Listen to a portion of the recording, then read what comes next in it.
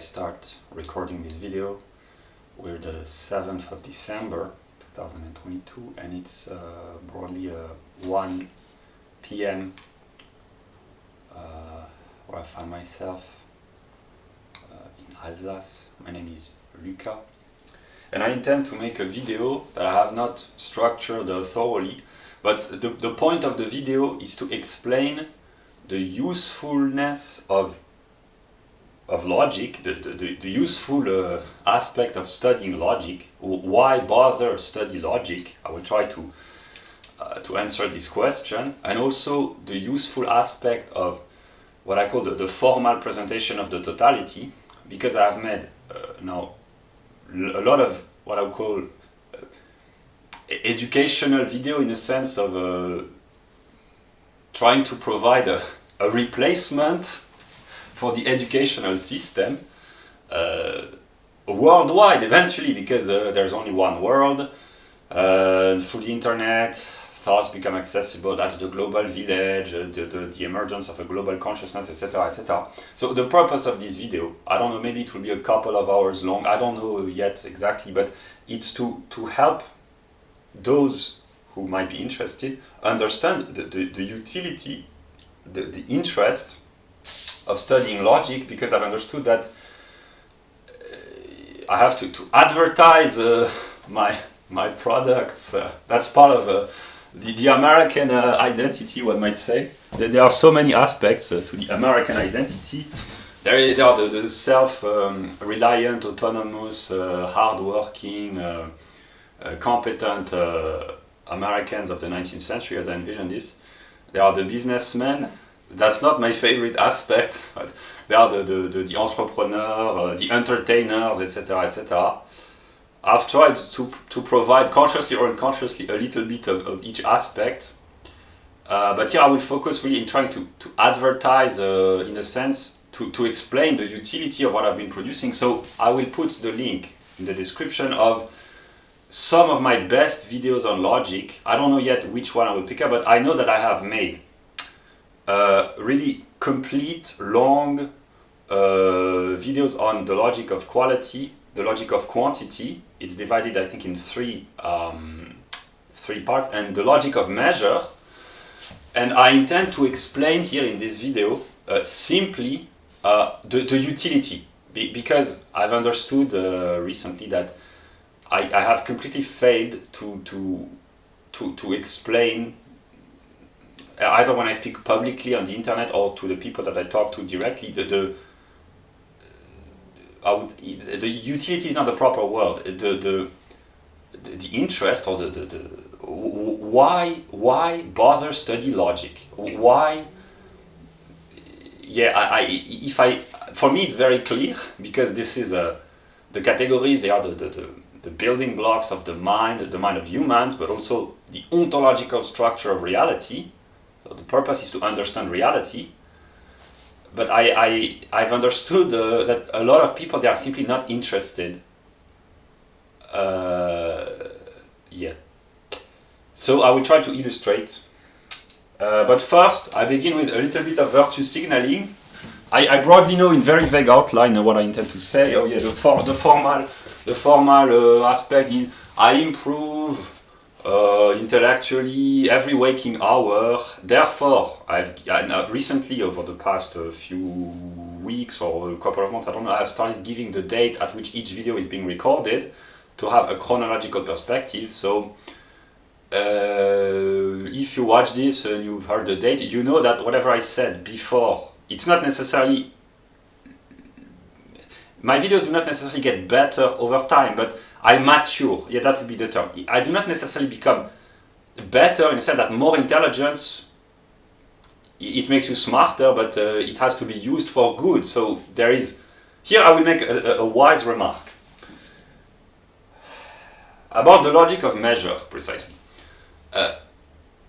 To become better in terms of producing intellectual content does not necessarily mean becoming smarter, but for instance, what I've been attempting consciously to do is precisely to find the proper balance between intellectual rigor in the good sense, in the sense of being rigorous, not rigorism. I'm not sure that it exists in English, but rigorism really, it's to be rigid. Yeah, rigor can mean rigid. It's kind of negative usually, or rigorous. Usually, it's good. To be rigorous means to be methodical, to be orderly. It's usually positive. To be rigid, it's usually kind of negative. Yeah. So I try to be rigorous without being too rigid, and to improve intellectually does not necessarily mean to over-complexify or to go into ever more complexity, but precisely it can mean the opposite, namely to be able to speak more fluently, more clearly, more confidently, and to reach a broader to reach a broader audience, to be able to attract the interest of a greater number of people, or to be able to sustain the attention of people longer, etc., etc. So that's what being better means. Because the example that I've discovered recently is Murray Rothbard. He was an intellectual genius, but he had apparently a talent, a gift to make his thoughts accessible, to be able to speak ordinarily. Yeah, that's what Kant, in some of his lectures, he says that, but in order to, here I will draw a little bit of inspiration from Kant. He says somewhere that in order to be popular, one has to master really the theoretical aspect, and only he who really masters the fundamental theoretical aspect can share with the broadest range of people. So here, intensity and extension, it has to be one has to master a subject or a topic intensely in terms of very high intellectual standard in order to be able to extend and to communicate to a broader audience. Yeah. The prerequisite to being popular is to master thoroughly the theoretical aspect. I do not claim that I do, because speculative logic, it's really difficult. But yeah, I've decided willingly over the past, I don't know, but more and more to simplify without giving up on a minimum of rigor. That's why I will show, and I've shown my documents. But first, I will begin by a little bit of virtue signaling. Virtue signaling. Be careful, I might have good aspects, I'm not completely negative, I can be positive, etc. So here's a little bit of scheming. I understand humans a lot. So here are the ethical rules, do we see, that I've been following consistently, really all over the year 2022. I haven't drunk alcohol for many months. I haven't eaten fast food for many months.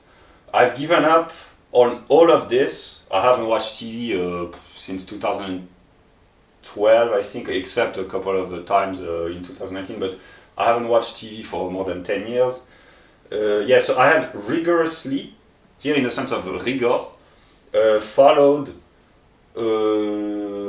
this over the course of the year. So I no longer consume or use any of these. I do not participate. I've bought a few cigarettes for educational purposes, a couple of pack of cigarettes just to make lectures, but I do not otherwise participate financially in any of this. And I had, for thousands of dollars, here that's virtue signaling, I claim, I proclaim my virtue. Usually white people, they enjoy this, because they say, oh, he's virtuous, he's a good person. Don't get fooled too easily. But here I'm being honest, I had, for thousands of dollars worth of video games, I've given up everything for free. I no longer buy newspapers because it pollutes, but I try to follow the news. Here's a little bit of virtue signaling also. The people who complain about the working conditions of the workers who build the stadiums and the infrastructure in Qatar, but who nonetheless watch ball games. Either you watch the World Cup and then don't pretend to complain about the working conditions. You say, okay, I don't really care. Or if you really genuinely care about the state of the slave workers who build the World Cup, the World Cup infrastructure, you simply do not participate, you do not buy tickets, you do not follow the news, you do not watch the games, etc. This is what I do. I read one article in the New York Times, I think, about Ronaldo and Messi. It was not about the World Cup, it was just about two football superstars, but otherwise I'm not interested at all. It's just an example, but for me it's so self-evident. yeah, I bought a jewelry, but then again, it was for educational purposes. But otherwise, yeah, and I do this on a singular level. Singular, particular, universal. I will talk about this maybe in more detail later. Or I've talked about this in so many of my videos. I do this on a singular level, and then I use the means of communication offered by mostly American engineers, namely the internet, to promote ideas potentially with everyone. I can be virtuous, I contribute to reducing the ecological footprint, I do not contribute to obesity, teeth and blood circulation problems, and also overweight problems. I do not contribute to people who are drunk in the street, who cause accident or brawls, or who beat up their wife. I do not contribute to lung cancer.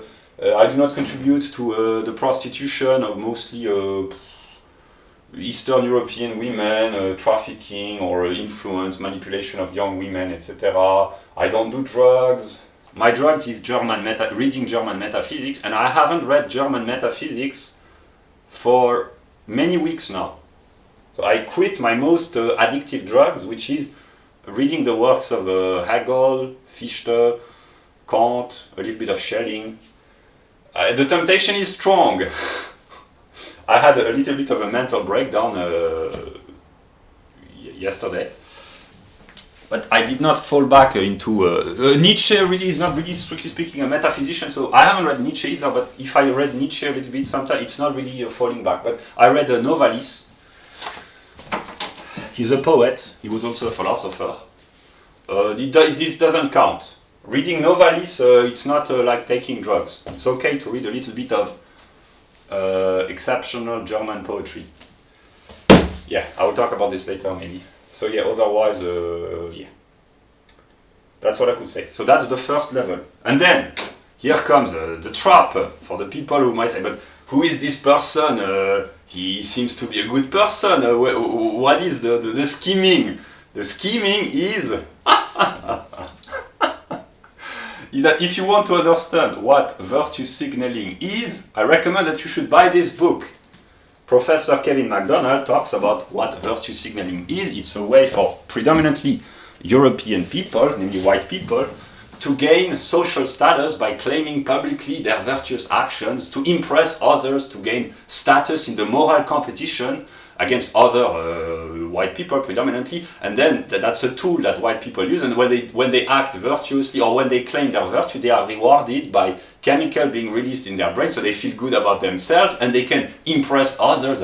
Look, I'm a good person on this aspect, and then the others, they look and say, oh, you are impressive, now we respect you, and then you climb up higher up the social hierarchy, which enables you to influence others, to gain social prestige, social status, etc., etc. This is what is used predominantly with anti-racism in the modern world, to claim, oh, I'm an anti-racist, all humans are equal, etc., etc. When you say this, if you're a white person, you gain moral status, moral prestige, people respect you, etc., etc. That's a very cheap way of manipulating others. But then there are those who claim their virtue and they are not really virtuous. What is real virtue? I will talk about this in the logical presentation. But yeah, I really do this. So it's strictly speaking, it's virtue signaling, but I'm really, if you call this virtue, I'm really virtuous. It's not that difficult, but yeah. Now the second stage.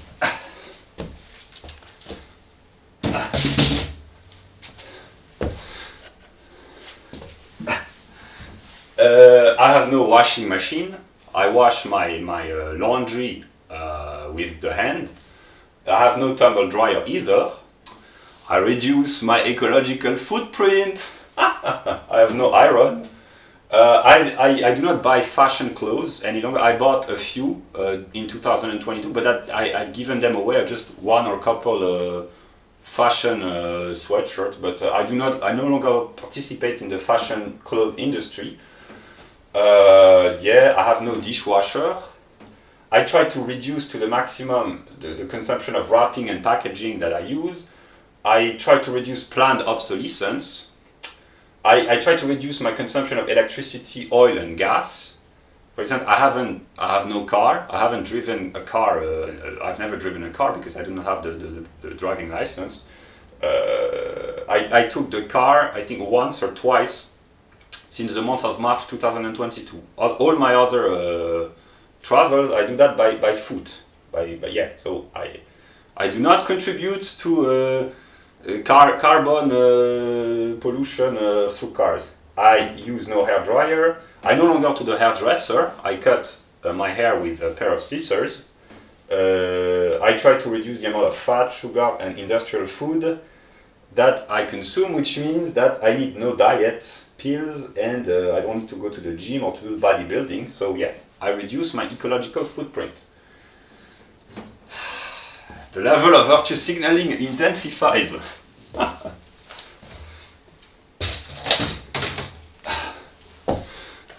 Yeah, then these are what I do. So here I've, over the past few months, I think since September maybe, I've started to eat predominantly overwhelmingly raw fruits and raw vegetables, plus bread, oil and salt. I have almost consistently followed this rule of ethics, except I grant myself the right 2 or 3 times a week, a little bit more since the temperature has become colder with the winter, to eat a hot meal. I've bought a few hot meals by local producers 3 or 4 times a week as the temperature goes down. But otherwise I still eat predominantly vegetables and fruit that I do not cook because it reduces electricity consumption. Yeah, and I've lost a lot of weight. I'm in a better health. Yeah. I use organic hygiene products. I have followed this consistently. I have given away most of my clothes to charities. These are not charities, these are how do you call this? Boxes in which you can put the clothes, and they are being recycled for association to distribute to poor people, etc. I've done this consistently. I've gotten rid of most of my, not all of them, not yet, maybe, most of my clothes. And I've said if I need to buy clothes, I will buy second-hand clothes because there are way enough clothes in circulation. The purpose of clothes is to heat you up, to protect you from external environment, not to seduce. Because here, a little bit of philosophy, if you're a real man, you don't need to be dressed well to seduce the girl that you want, because if you behave like a man, she will like you, she will respect you, she will admire you. No matter how well or poorly you might be dressed. The value of a man ought not to depend upon his external appearance. A man has to be a man, whatever his clothes are. A smart woman would say that a man, a real man, we want to see him naked. And the real man would say the same goes for the woman. Stella, I think about you. You're 21 officially now. Caroline, I don't know how old you are, but I think about you as well. And Scarlett, of course. This is a private joke. Yeah. I've encouraged consistently local businesses. Oh yeah, also about the giving away clothes. What do you do for the poor children being exploited in the factories in Southeast Asia, in Cambodia, Vietnam, or wherever, the factory, or in Afghanistan, the children being exploited? Well, first, I do not contribute to financing the what do you call it, the sweat shops, not the sweatshirts, but the sweatshops. What do you do to stop this exploitation? I no longer contribute, and if I have to keep buying clothes, these will be second-hand. Yeah. Virtue signaling. Also, I've consistently encouraged local businesses, organic products, crafts-made product, or sometimes these are chains in the sense of these are big companies. It's just the singular shop which belongs to a particular brand of multinational. It's very rare, but otherwise I try to encourage really small shop owners, individual entrepreneurs. That's part of my American ethics, to encourage entrepreneurs. I no longer buy books on Amazon when I order books, not for myself, but to give to others or for the purpose of making lectures. I encourage local business.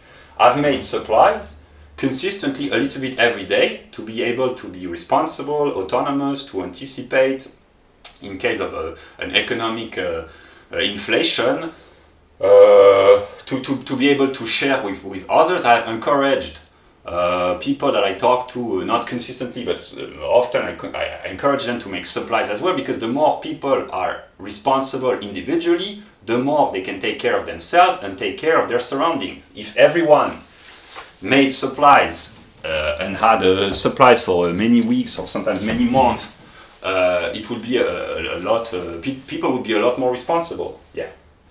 I've reduced constantly the level of trash that I use, because I eat vegetables and fruits, which means in my daily consumption of food, I produce almost zero garbage, zero trash, because they are not packed in plastic. I buy supplies, but I do not consume the supplies. In my day-to-day basis, I consume overwhelmingly bread, vegetables, and fruits, which means I produce almost zero trash.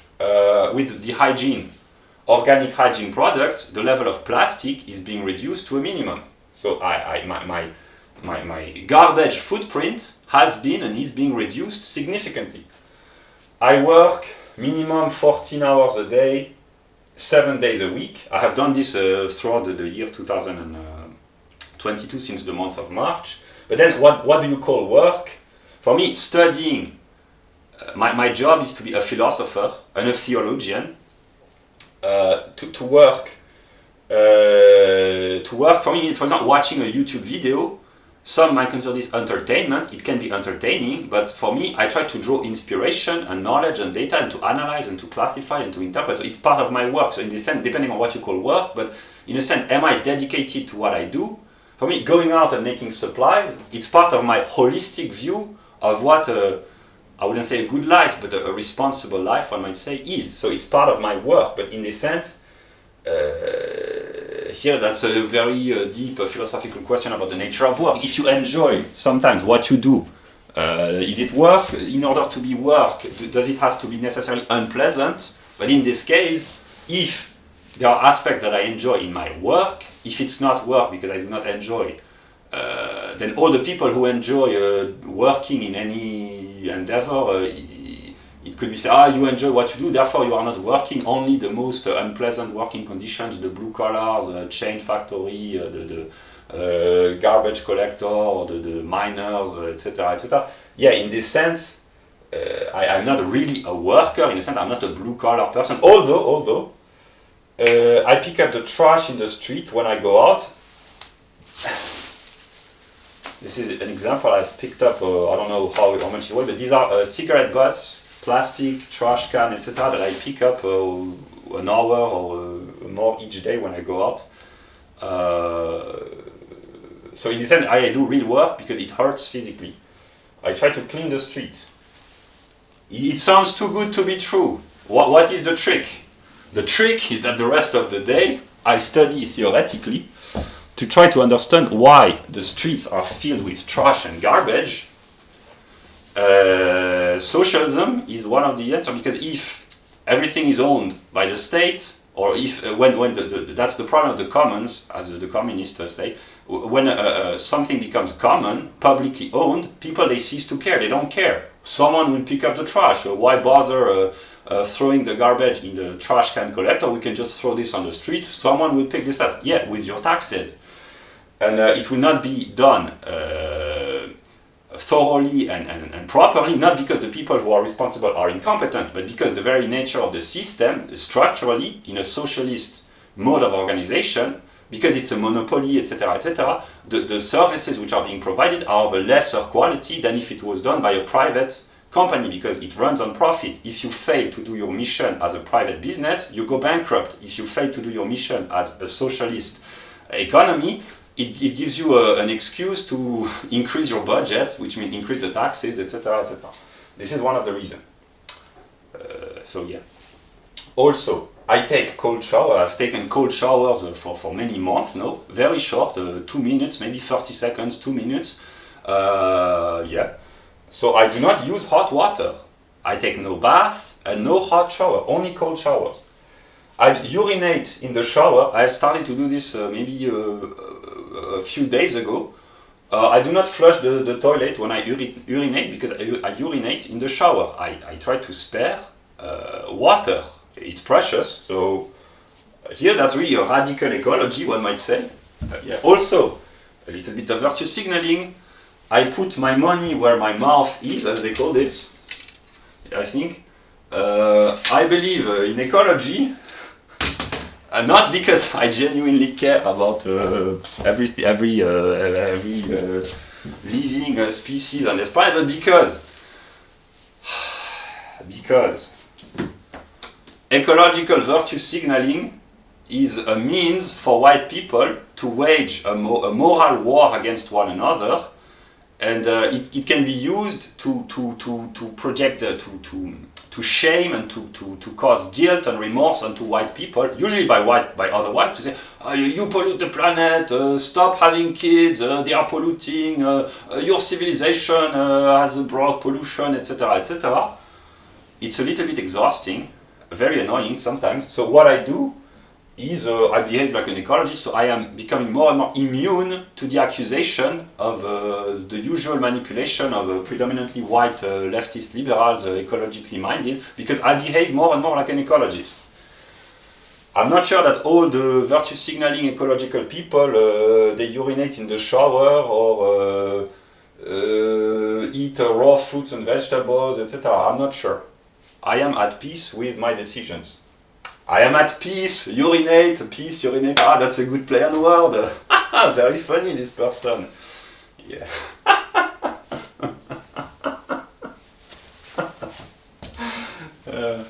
Yeah. That's the entertainment aspect, maybe of... maybe if someday the Americans hear about me, they will say, well... It can be entertaining. Sometimes, yeah. Also, I practice minimalism. I have drastically reduced my standards of living for all the aforementioned reasons. I have given up on an enormous amount of material objects, declutter, as you call this, I think. I have given away, and still do, books. I have given away hundreds and hundreds of books worth of thousands of dollars of worth. Yeah. I make donations every day, not because I'm a good-hearted Christian, maybe I partly am, but actually the real reason is, again, Ludwig von Mises' Bureaucracy, Charles Murray.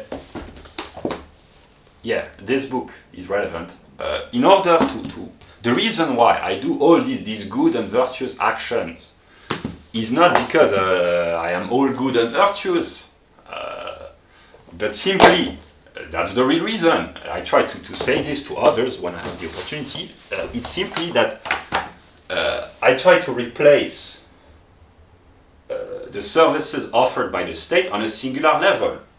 If people who have the financial means, if they gave food stamps in exchange for work, or sometimes for free for really the people who have a really difficult economic condition, if they gave away, this is my form of wealth, I own books, people who own other stuff, I don't know, but I give away books because for me that's of a high value, but yeah. If people acted virtuously as citizens, as I've been doing, the bureaucrats of the welfare state would no longer be necessary. They could vanish, they could disappear, and they could do something more productive for society or for themselves with their time. The state would become useless if people thought better and acted better. That's the reason which have motivated and still motivates most of these choices. Yeah, also I make donations in the form of food stamps to my surrounding environment in churches or public places. And I have given and still will continue as long as I can make payments to Wikipedia and the Ron Paul Institute, or to the YouTube content creators who produce high value content. Yeah, Caroline, Apollonian Germ. I try to be coherent. You are some of the very best. I give you money so that you can keep producing great content. But I've given hundreds of dollars to the Ron Paul Institute, to Wikipedia, because Wikipedia is great. It's not perfect, there are problems there, but it's great. We live in an age where the totality of world knowledge is made available. I think that's a good how do you call this, endeavor. So I have an excess of money. I give money to what I believe is good. And finally, I practice introspection. The channel Psych2Go.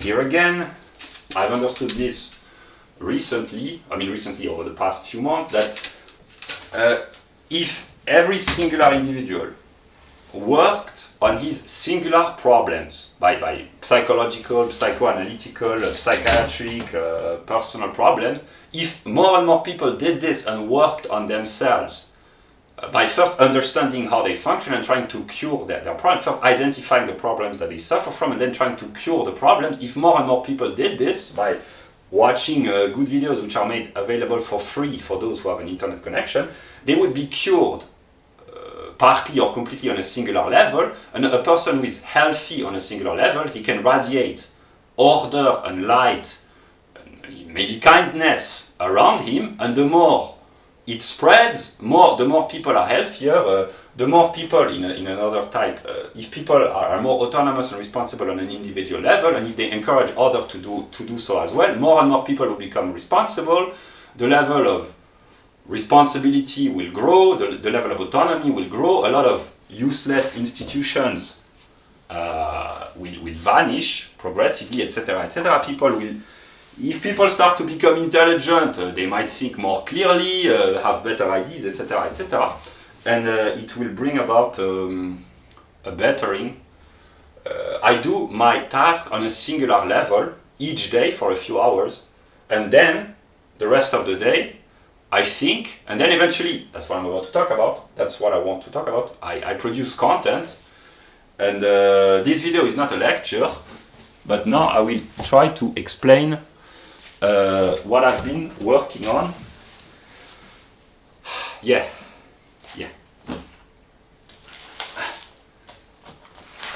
I will try to explain what I've been doing. Now I will drink a glass of water, and here, the kind of sometimes excessive overthinking that I tend to suffer from, I said to myself, okay, I will not drink mostly or only water, but I've decided to put a little bit of lemon juice sometimes. Is that a sin? I don't think it is. If you drink water with lemon juice, I don't think you're a sinner.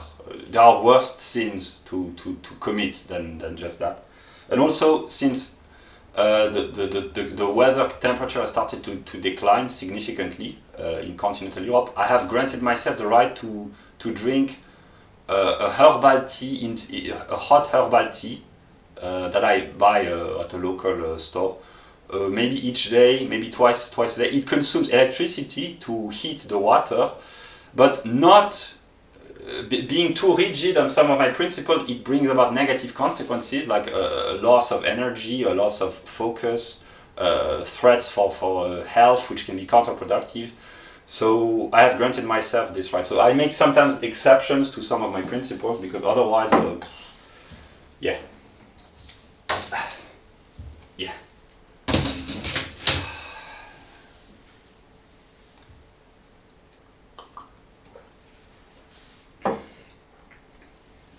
Also,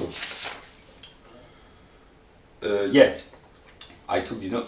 Yesterday, because when I started I wanted to intentionally produce this video, it was yesterday, but then I had a little bit of a mental breakdown, and I took a rest. But yesterday, for instance, I gave away 10 books, high-value books. One of them was by Mr. Dawkins, translated in French.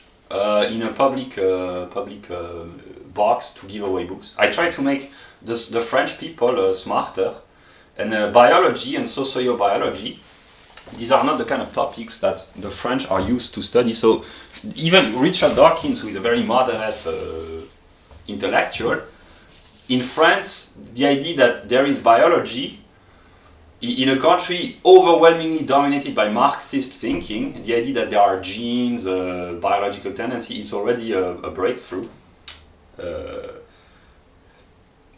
Because it's not taught in universities, etc. So I gave a book by Mr. Dawkins, a brand new book. Also, I've ordered dry toilets. It cost broadly 500 euros. Because then again, I act according to principle. If not everyone, but if people who can afford, if they bought dry toilets and use them eventually, this would reduce the consumption of water, and that's good for the planet. It's from a German company. I encourage German businesses. They're intelligent, these Germans. And this is partly inspired by Varg. He made videos a few years ago in which he recorded his own dry toilets. So yeah, I try to remember this lesson, and it can be useful. Also, maybe I will invest in gold, because that's the libertarian ethics. The financial system is a big scam, but there are theoretical reasons which explain this, and The Fed by Mr. Rothbard is a very good book. I don't really care about gold as such, I don't really care about the money in a way, but I try to act according to principles. So maybe I encourage, of course, people to store value either in supplies, in training programs, in the sense that if you invest, or if you have invested in training for yourself to acquire new competence, new know-hows, new skills, that's great. You can store your money in your own competence, in a way, by acquiring training, or in making supplies, or in buying land, or in buying precious metals, or tools, or means of storing value. So yeah, I've not yet decided, but maybe I will invest in gold, because the economic system, the Fed is a scam. In Europe, the central bank, that's the same. I will not explain the theoretical reasons, because it's quite complex, but yeah. Also, yeah.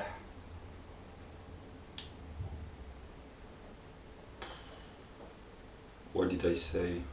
Yeah, also, sometimes I offer books. Usually, when I give away books, this is anonymous, but when I offer books, I offer books to people that I interact with, and good books. Yeah, so now I will promote books.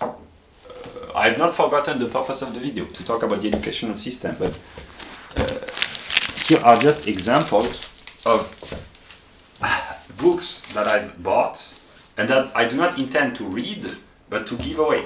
One of the best books I've read by Mr. Nemo, a kind of libertarian person, a libertarian intellectual in the context of France, which is very rare.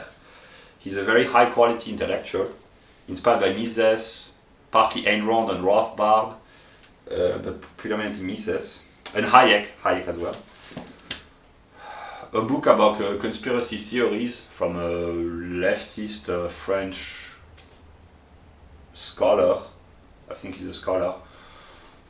It's a leftist perspective, but it can help. Yeah, I've just understood by reading or becoming aware of the anti-conspiracy person that the idea that the events of the world are controlled by an entity, that's conspiracy theories, but this idea, up until a few decades or a few centuries ago, depending on the culture, one might say, or the context, the idea that the events are ordered by some entity, this was called providence, and the entity was called God. Yeah. It's simply yeah, so yeah. wild edible plants. I haven't read the book and I will not. These are the kind of book that I give away. It's worth 30 euros. I give away great quality books, and the reason why I act like this is because if they can find value in books, first, if every rich person gave away his money in the forms of useful products, that would be better, to make the people around him smarter. This is inspired from, I know I've read Charles Murray in the early 19th century, or up until the 20th century. In America, the rich person, I mean, I'm not a millionaire, but I have a few tens of thousands of euros that I've earned by the state, but it's a long story, but if the person who have the means, if they financed public instruction, I know that in America, they had the very wealthy people, up until the 20th century, they had a tradition of making donations to finance public libraries, to finance the libraries of the prestigious universities, etc., to finance the local life. I know that this is how it worked when America was really healthy and thriving, not necessarily economically, although it was, but in terms of civic virtue. This is one of traditions that was predominant in America because there was no state, or the state was very limited, so there was a reliance upon the virtue of the important, wealthy, successful people, not because they were good-hearted, but it was in their interest due to virtue signaling, but also in the interest of the community. It also worked like this in ancient Greece and ancient Rome. The prestigious people, they had a moral obligation of making donations to the community. When Rome was decadent, it was in the form of gladiator games, but when it was not decadent, the Hellenistic world, it was in the form of statues to celebrate the prestige of the city, etc., etc. And in America, I know it was partly in the form of libraries. So I try to give away high-quality books to encourage people, if they can become smarter or simply become interested in reading good books. Yeah, and another example, a book that I bought this morning, Mr. Murray, not Charles Murray. There are various Anglo-Saxon intellectuals who are called Murray. Charles is a little bit better than Douglas, but the Douglas is good as well. Very competent, these Anglo-Saxon intellectuals. But Mr. Douglas Murray is becoming a superstar in the West because his books are translated in many languages, I guess, here in French. How anti-racism has become a weapon of mass destruction. Yeah. This book, I don't want to read the book because I get the idea. I've just browsed through the book. I kind of understand. But the French, I'm not sure that they do, so I will give away this book. It's really high quality to awaken the people. Yeah. And here, I will use my own documents. This book, I haven't read the book, but I get the idea. This is an illustration of how an excess of anti-racism dialectically brings about the opposite. And I'm not accusing Mr. Douglas Murray of being racist, but he tries precisely to avoid the trap of racism, but to reestablish balance. So that's why he tries to be in the middle, but he's torn between the left that he criticizes and the right that probably they criticize Douglas Murray for being too soft. And here, standing in the middle, that's difficult. But what the people who criticize Douglas Murray from a right-wing perspective, what they don't understand is that he's not maybe radical enough, but he awakens people. There is a before and an after. For the ordinary person, number one of sage in England, beware, the English, they might be awakening from their dogmatic slumber, I don't know. If the English start to wake up, they will say, oh, we have been so decadent. You partly have, partly. That's a joke, that's British humor, maybe. Yeah. Yeah. So no, that's just an illustration of the growing, emerging Western consciousness, but it's a world consciousness because information can circulate worldwide. But yeah, that's just to illustrate. Yeah. So that's for the virtue signaling. Now I will keep promoting books.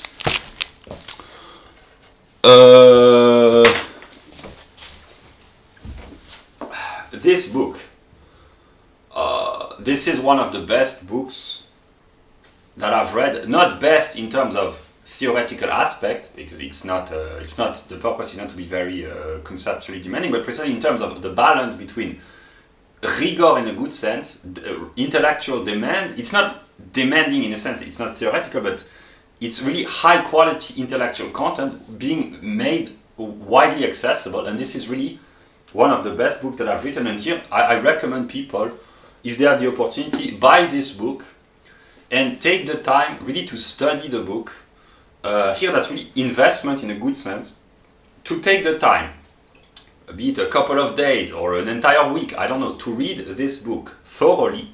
That's a really high investment, because if you get the message of the book, then you will be able to read many other books intelligently, and it will spare an enormous amount of time, because you will not waste your time reading bad books. You will extract the highest quantity of information in the least amount of time, if you apply the method rigorously, from all the books that you will read once you've read this book. It's really a great investment. It cost $17, but it's one of the best books. It introduces complex philosophical ideas in a very simple way. So that's the best balance of the greatest, maybe one of the greatest introductions to philosophy, namely how to read a book well, intelligently. I haven't always done this, because I've browsed through or what do you call it, skimming? Not skimming in the sense of a scheme, but skipping through the book, pigeonholing, as you call this. I don't know how you call this word, but to read very fast without reading thoroughly, this can be a mistake, because maybe it's better. I share this piece of advice now that I've understood. It's better to read few books, but to read them well, if they are good books, than to read a lot of books and to read them superficially. Intensity of investment, extension, in a sense of, to have an extended mastery of a book, rather than to read many books that will be extended with a low intensity of investment. That's the RK strategy in the realm of book reading. The R type, they read many books with low investment in terms of cognitive demand, and the K type, they read maybe fewer books, but they read well the few books that they read. Yes, so I haven't followed this piece of advice, but no, I will.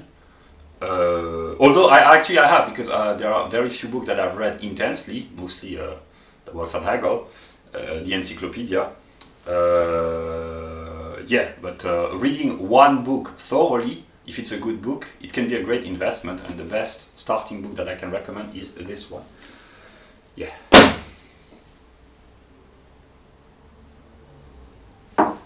Also, now, what do I want to talk about?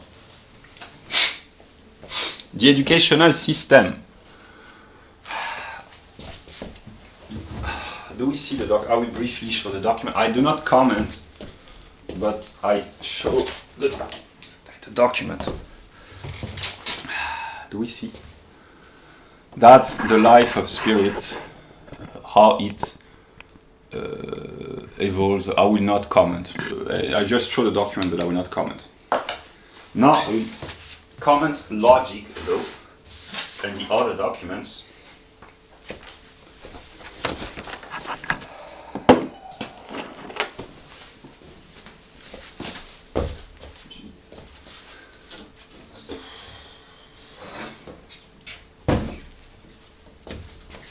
So, the purpose of this video really is to be a retroactive introduction to my videos on logic, to explain in a simple way the useful aspect, the interest of studying logic. And here I can give another piece of advice. Some of my videos, they can be quite good intellectually, and I don't want people to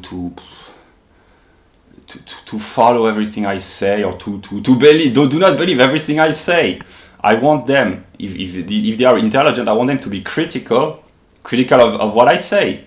Critical can be positive or negative. Namely, sometimes, in order to be a good critique, one has to exert judgment.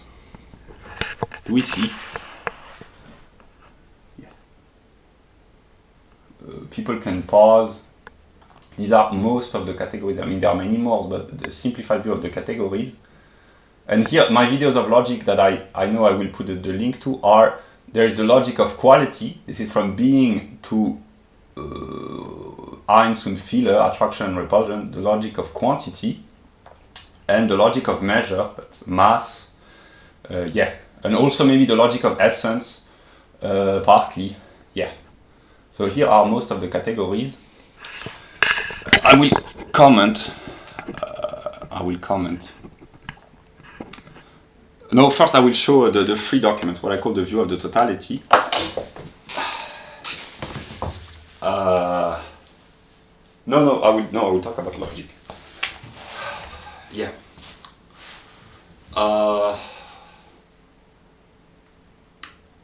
What was I saying? Yeah. Because I've understood that. Here I will make a brief remark. People, they are attracted spontaneously by novelty. Whenever everything new appears, it's brand new, it arouses interest. But I'm a traditionalist, partly, and sometimes the best is not to be found necessarily in novelty. A very simple example is that the best, here I will think about this, maybe as the greatest intellectual era, until the advent of the internet age, but the greatest intellectual era in the history of mankind, for me, of course there is a classical Greece or pre-classical Greece, the 6th and 5th and 4th century, with the development of philosophy from Thales to Aristotle, the pre-Socratics, Thales, Parmenides, Heraclitus, etc. Then Socrates, Plato, Democritus, and Aristotle, etc. Maybe there is the Greek. Maybe there's the moment of the Renaissance in the 15th, 16th century in northern Italy, and then in the whole of Europe. But maybe for me that's between the second half of the 18th century and the first half of the 19th century, really the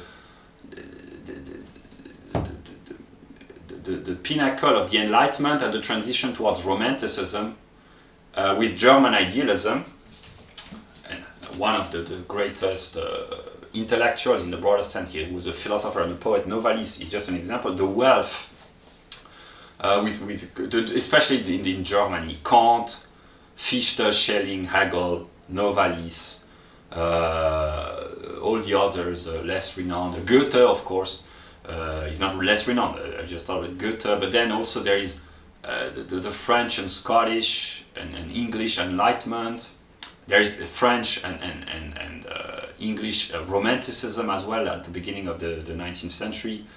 The influence of Rousseau,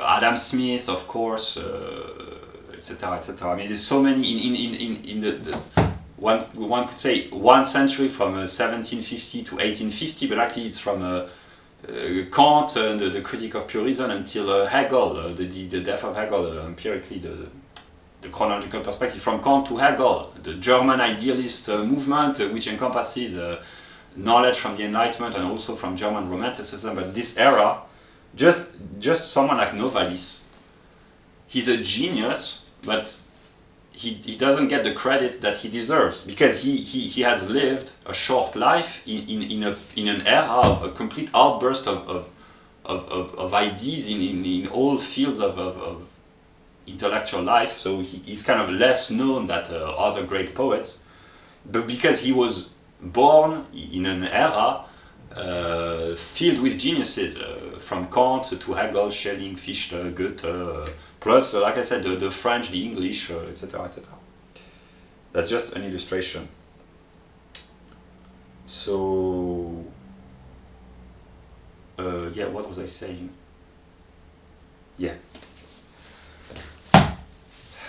Yeah. So, logic, yeah. The educational system.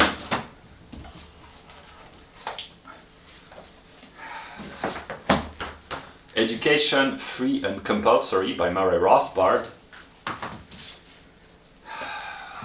The Factory of the Idiot by a French author. I've read partly the book.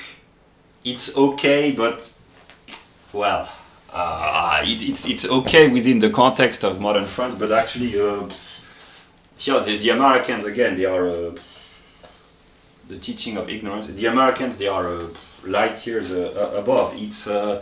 It hurts me because the person is a decent person. He's a leftist conservative or a leftist reactionary, but yeah, it's not on the same level as the American. Another, your children will not be able to read nor to count. The failure of French education. I know there are the same books in England, in Germany, in Canada, probably. Real Education, that's a real good book.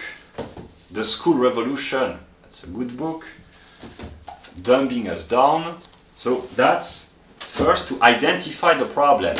And this book, again, he talks, that's just one chapter, but he talks about the fundamental structural, economic and political reason why educational systems in socialist countries, they are failures consistently in a way, because monopolistic, etc. The more the educational system fails to deliver, the more it feels justified to demand more budget, which means more taxes. So the more it fails, the more it is strengthened in a way. Zizek says about capitalism: the more it the more it is rotting, the more it thrives. But the same, the same could be said about socialist educational systems, because the more people are turned into idiots, the less they have the ability to think about the educational system which has turned them into idiots. That's the genius, maybe. Because if an educational system was really well designed in terms of trying to dumb down the population would have become so stupid that they would be unable to notice that they have been turned into idiots, basically. That would be a paying homage to whoever designed the system. But here, the hero intervenes to save the day. Maybe, I don't know, but no. But more seriously, my ethical standard is okay. I notice problems. There are many other problems in the world. Other problems that I can list. Planned obsolescence. I started reading this book. It's a good book, but I had left the French intellectual landscape for many years, and to read French books. I recommended a book by Mr. Nemo. This book is written by a Frenchman, but his software is Anglo-Saxon and libertarian, so it's familiar in comparison with the standards of the Anglo-Saxon world. The other French book written by people with a Marxist mindset, even if they are intelligent, even if they are kind of right-wing, here Monsieur Serge Latouche is not a right-winger, he's a left-wing ecologist, but with a conservative aspect. Usually conservative leftists, they are way more intelligent than, intelligent in a good sense, than liberal leftists. So he's an intelligent person, but the mindset is Marxist. It's very difficult to read. I understand, but it's a good book nonetheless. But it's really a good book, but it's difficult to read. Yeah. So planned obsolescence, that's an example of a problem. What do I do to contribute to reducing the ecological footprint, the waste, etc., etc.? That's part of abolishing the bullshit jobs. If people ceased to buy, here I will make a brief remark. Where are the good books? Where is Ron Paul?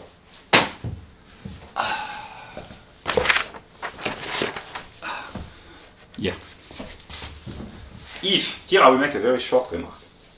If you add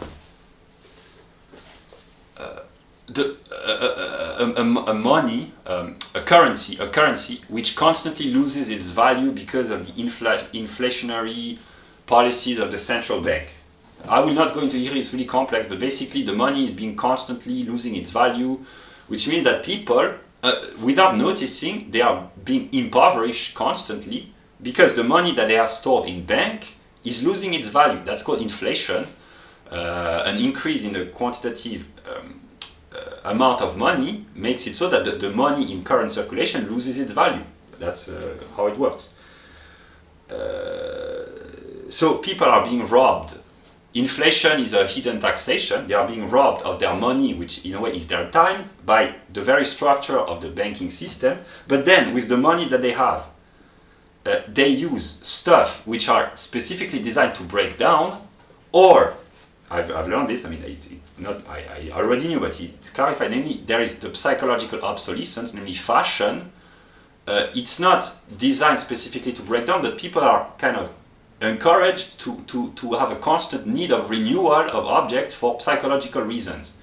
That's how the fashion industry works. But if you break free from the tyranny of trying to be trendy constantly, not necessarily in terms of clothes, but to constantly buy new products, if you break free from this tyranny, an example is, instead of trying to read modern philosophers, reading old philosophers, or just the book that I promoted by Mr.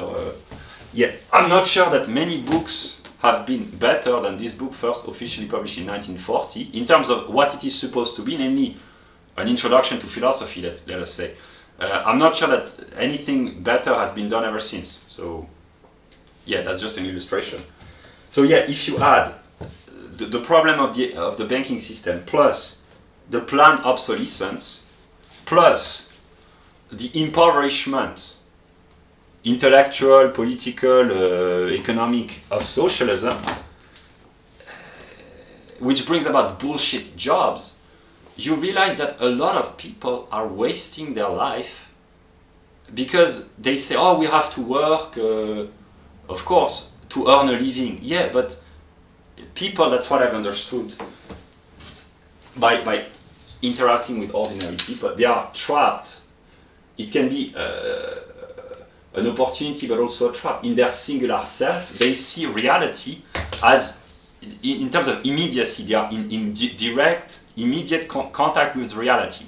And to elevate oneself in the realm of ideas is simply to think about what is universal, the laws of physics, the laws of economics, the laws of psychology, etc., and to adopt, to come back to Earth. It's not an elevation, spatial elevation, it's simply to think theoretically, and then to use the theoretical knowledge, that would be the universal, to interpret particular and singular cases. Yeah. Here I had a weapon, not a real weapon, but, or precisely maybe a philosophical weapon, just to illustrate. For my ecological revolution. I don't know how you call this. Ear cleaning cotton, I don't know how you call this. Q-tips, I think. Yeah, that's to clean the ear. Yeah. What's this? That's a secret weapon. That's a revolutionary weapon. That's made of metal. They are the same in wood, but it's also to clean the ear wax, but it's reusable. You can reuse this ad infinitum. Infinitely, it's not to be thrown away. It doesn't break down. You can use this, or actually you have to. I mean, you have to clean, but you can use this infinitely. Namely, if you buy this once, that's an example of a struggle against planned obsolescence and pollution. You buy this once. It costs $3 basically. And if you use this, you will never ever need to buy this again. And this, you have to buy this every 2 weeks or every month or every week, depending on if it's for a person, a singular individual, or for a family, or for a couple, etc. You buy this. Once you invest $3 in this, you will no longer need to buy this for the rest of your life. Maybe you will spare an enormous amount of money, an enormous amount of waste, energy for the transportation, the pollution, the production. The people will no longer have to produce this. That's my ecological libertarian self. Namely, libertarianism promotes free market, but the free market doesn't mean that you have to buy everything which is being produced. Precisely, you can freely choose. If in a free market, this is being produced and this is being produced as well, and then you can exert judgment and say, I will not buy this, I will buy this, and then this, if it becomes successful, if this product becomes successful, this will get out of the market. Because it will not be profitable to produce this. Because here, that's my complicated view. I'm a simple, not a simple-minded, but I have a very complex way of expressing very simple idea. Libertarianism. There can be the negative, greedy aspect of capitalism, the perspective, greed, all you care about is money. No. Yeah, I will make one of my, it's not a joke, but thinking about, I imagine myself talking to most libertarians. All you care about is money. This world deserves a better class of libertarians. I'm gonna give it to them. It's not about the money, it's about sending a message. Not everything burns, but the planet burns. Yeah. How do you stop the planet from burning? Clean your ears with this. That's the start. Yeah. My ears are clean, but... what did you say? No, that's not funny. That's not funny. Yeah. So yeah, that's just an illustration. I mean, in a free market, the purpose is not to accumulate money in a greedy way. A free market means you have the freedom to choose, and a free market will produce, like I said, this and that, and then you can say, okay, I will not buy this. I will buy this once. It costs $3, or maybe I will buy it twice in case I lose it or whatever. But you invest $3, and for the rest of your life, your ears will be clean, and the planet will suffer less pollution. Yeah, and the internet, which is a product of America, and the free market in a way. Actually, no, it's financed by the state for military purposes, but it's in a country whose creed is libertarianism. Here I simplify. Virtue signaling. Where is Kevin McDonald? I don't need. I get the idea. I mean, I thank you, Mr. McDonald, but I understand. I don't need to show the book, but. Virtue signaling on the internet is part of the libertarian creed, namely, to be a libertarian, you are morally allowed to advocate ecology and communism, not as an institutionalized communism, that would be contrary to the communist creed, but to the libertarian creed, but you can practice communism on a singular level. That's what I've been doing, by giving away books. That's my way of being a communist. I share knowledge, I share resources which are useful in the name of a libertarian ethics. Yeah, that's what I had to say. So now, about the educational system. What do I do? Here the title is How to Get Out of Consumer Society.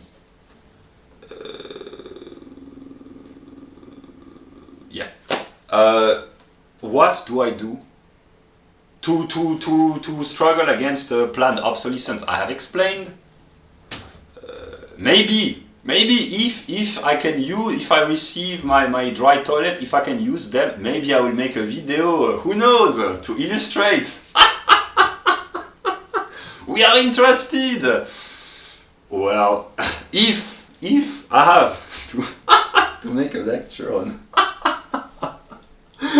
the philosophy of toilets, Zizek can say very interesting things. The famous Mr. Zizek, Slavoj, the toilets in Germany, France, and England, etc. The structure of toilet. The Germans, they are profound thinkers. They study their own shit. They meditate deeply. It's true. Actually, I know it's true. Empirically, here I will make a funny anecdote. The house in which I grew up the toilets, they were German, of course, because I live in a Germanic region, so...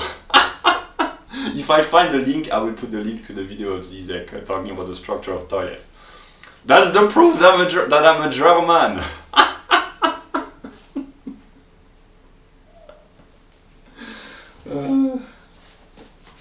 Yeah.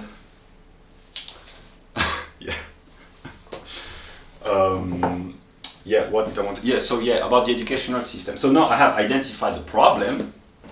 What have I done to try to offer a solution? I have made lectures about logic and about what I call the total view of the society, but first I will talk about logic.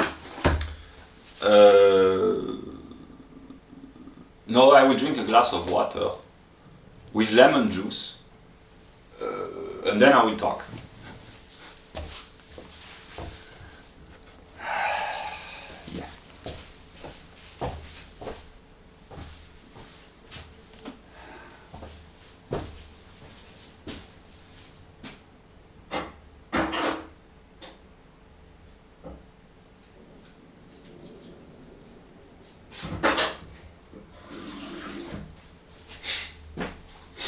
Also, while I'm thinking about this,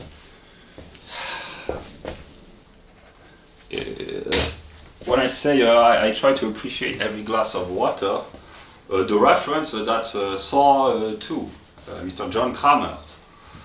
I will put the link as well. For the past many months, I have appreciated every glass of water that I've drunk. Yeah, because I can imagine situations where not being able to drink clear water, that can be very problematic. So as long as I can enjoy drinking clear water, I do. I have done and I will keep doing this. That's a gift from God. Yeah. Yeah. So now I will show, first that's the view of logic, I already showed this. Now I will show the view of nature and Geist, and then I will comment again logic. The useful, it's not necessarily supposed to be useful, but I've understood that people do not understand why bother with metaphysics.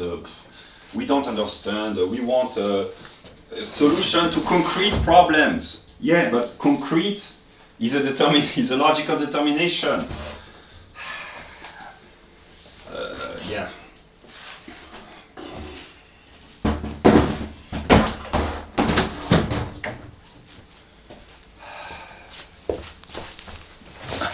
My purpose has been to help myself and to help others. So here that's the view of nature. It's not very rigorous in the sense that it can be improved, but at least the fundamental determinations, they are present.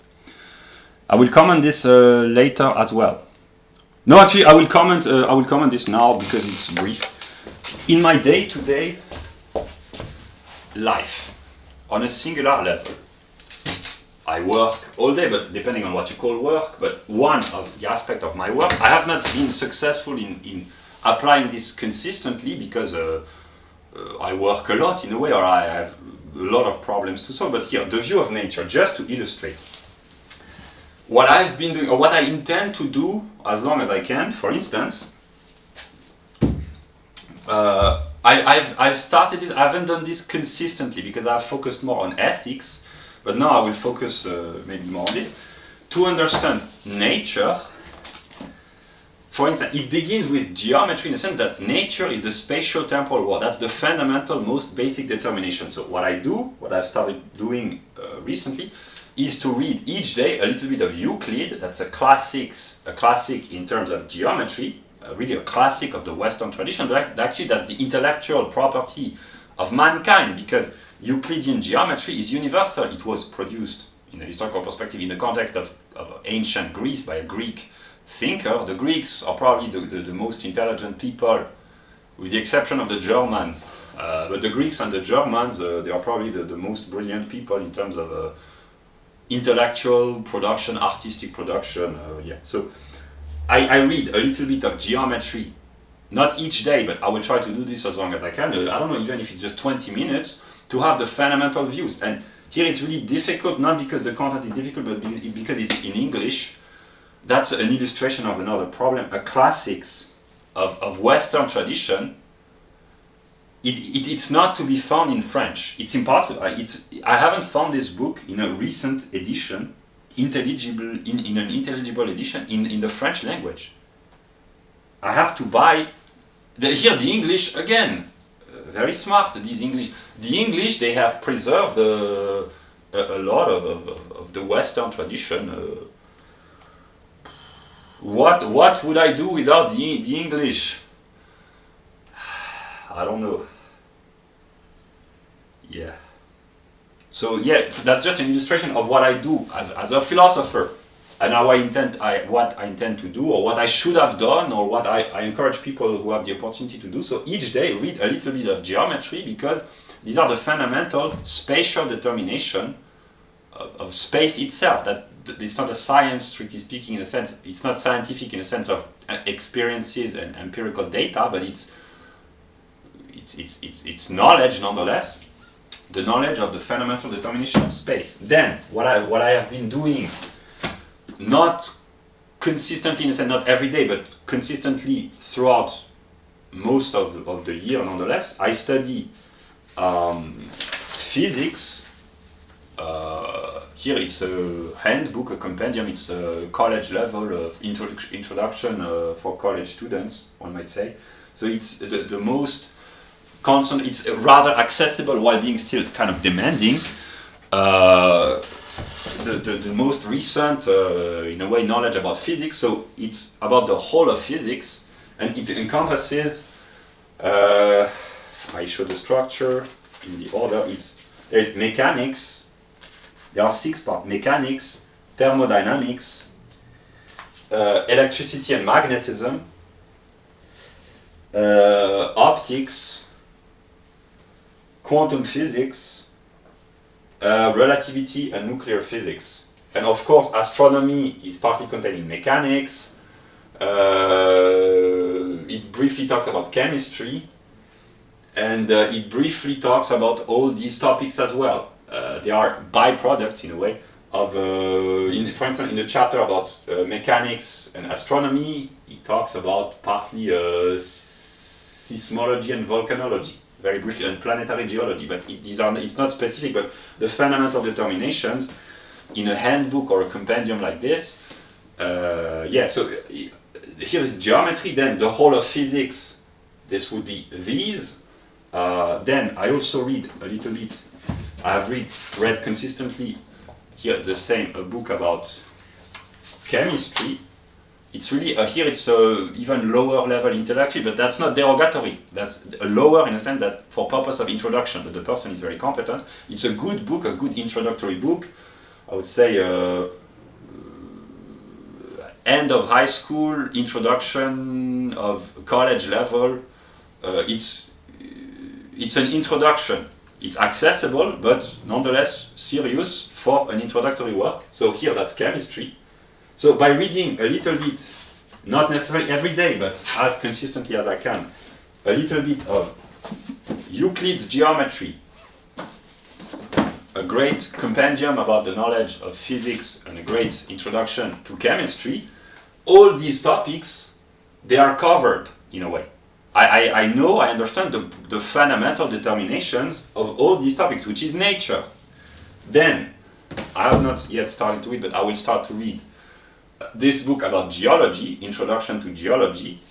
So that would be here, and I guess it talks about these topics as well. I haven't yet opened the book, but I guess it does. So that's an illustration. And finally, about biology.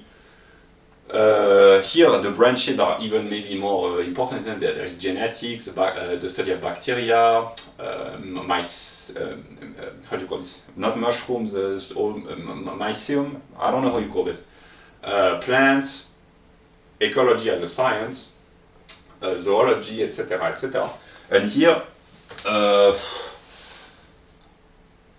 I could read Dawkins or Darwin. I have partly, but I will read this book here. That's high level, college level. Really, that's really a tough book. I will start reading this book because it covers all the topics. So yeah, by reading these 5 books a little bit each day, I have a full perspective on the whole of nature. And then if the fundamental, here that's the importance of logic, of which I will talk about, if the fundamental determinations are understood, then all other more determined topics can be understood as well. If the fundamental of biology are understood, then all the books about biology can be understood. And the same goes with physics, chemistry, etc., etc. So that's an illustration of the utility of, and also I have specific books about each of these subcategories. I have books about physiology, anatomy, zoology, vegetal botanics, etc., etc. But I will begin by the fundamental, yeah. But here it's really high level, but yeah. So that's an illustration of the utility of this document. It seems useless. It's just a few no, because that's the logical structure. It can be slightly modified, but that's the logical structure of nature in the sense that physics contains the determination of geometry in itself, because physics is the study of the spatial-temporal world, and in space-time there is space. So physics begins with geometry. Objects move. Mechanics is the study of the movement of objects, but in order for objects to move, there has to be space. Yeah. Chemistry contains within itself all the determination of physics, namely chemical reactions and chemical interactions. One might say they are physical interactions in a more thorough, more developed, more concrete way. Whatever is true of physics is true of chemistry as well. The opposite is not true in the sense that it's more determined, but biology, for instance, contains within itself the determination of chemistry and physics and geometry. It's sometimes said that chemistry is very complex physics and biology is very complex chemistry.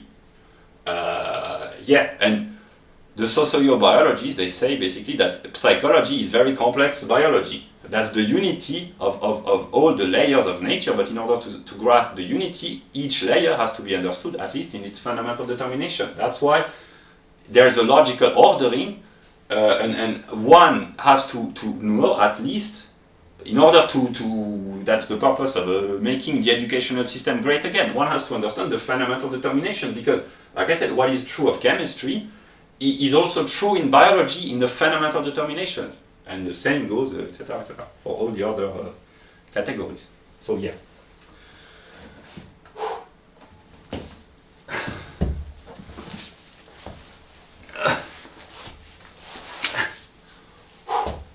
I will have to clean my room once this introductory talk is done, because it brings about a lot of entropy. That's a physical determination.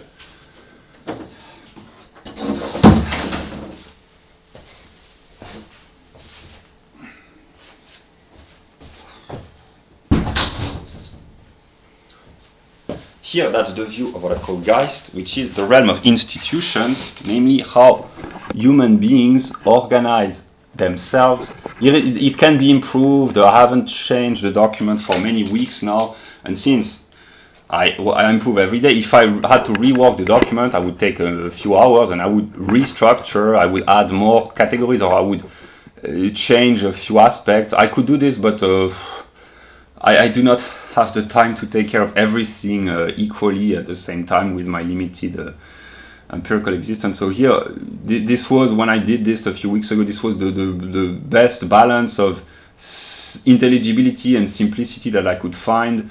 Maybe I will improve this, maybe not, whatever, yeah.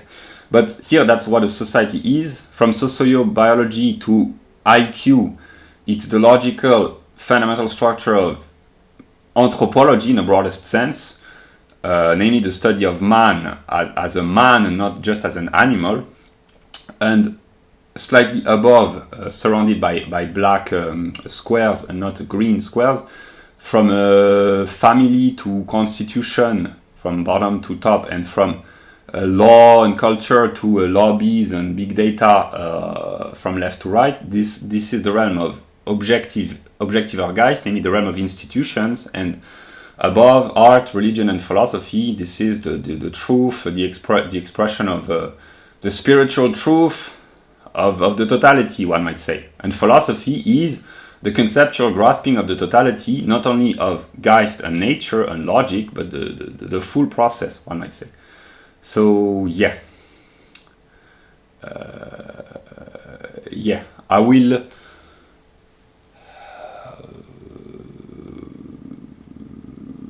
I will briefly talk about the useful aspect.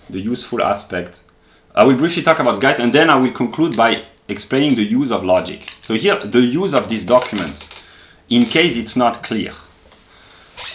I have prepared a little bit.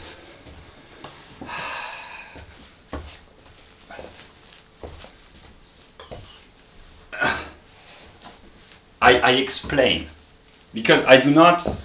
Maybe I will no longer introduce. I don't know consciously what I need to do, but the use and the importance and the interest of such a document. About the question of crime, for instance. Here I explain really simply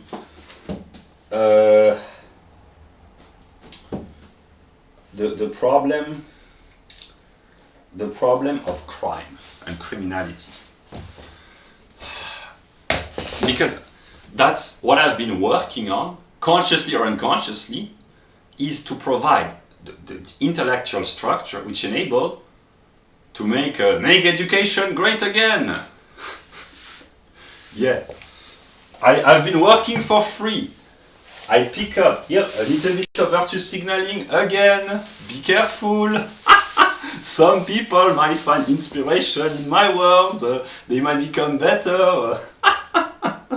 Not everything I say is negative. I've been picking up the trash each day, consistently, for many weeks, for free. If you're good at something, never do it for free. Yeah, but Batman, he works for free because he's a billionaire. Yes, but yeah. So when I'm good, I work for free, and because here precisely I will make a comment. If I wanted to make money, I could make a lot of money, but I'm not interested in making money. I want. What do I want? To make people smart in a good sense. Yeah. So here I will illustrate to the topic of crime. Yeah. Let us begin with, and then I will talk about logic. Let us begin with UPS. The particular and the universal, they are inherent in the singular. That's true for everything. That's why humans are made in the image of God, because every human is a singular human with particular features, and through his thought he can connect to the universal, the field of information, the realm of the invisible, one might say, and that could be envisioned as being God. But God is not just the universal, it's the full process, etc., etc. That's why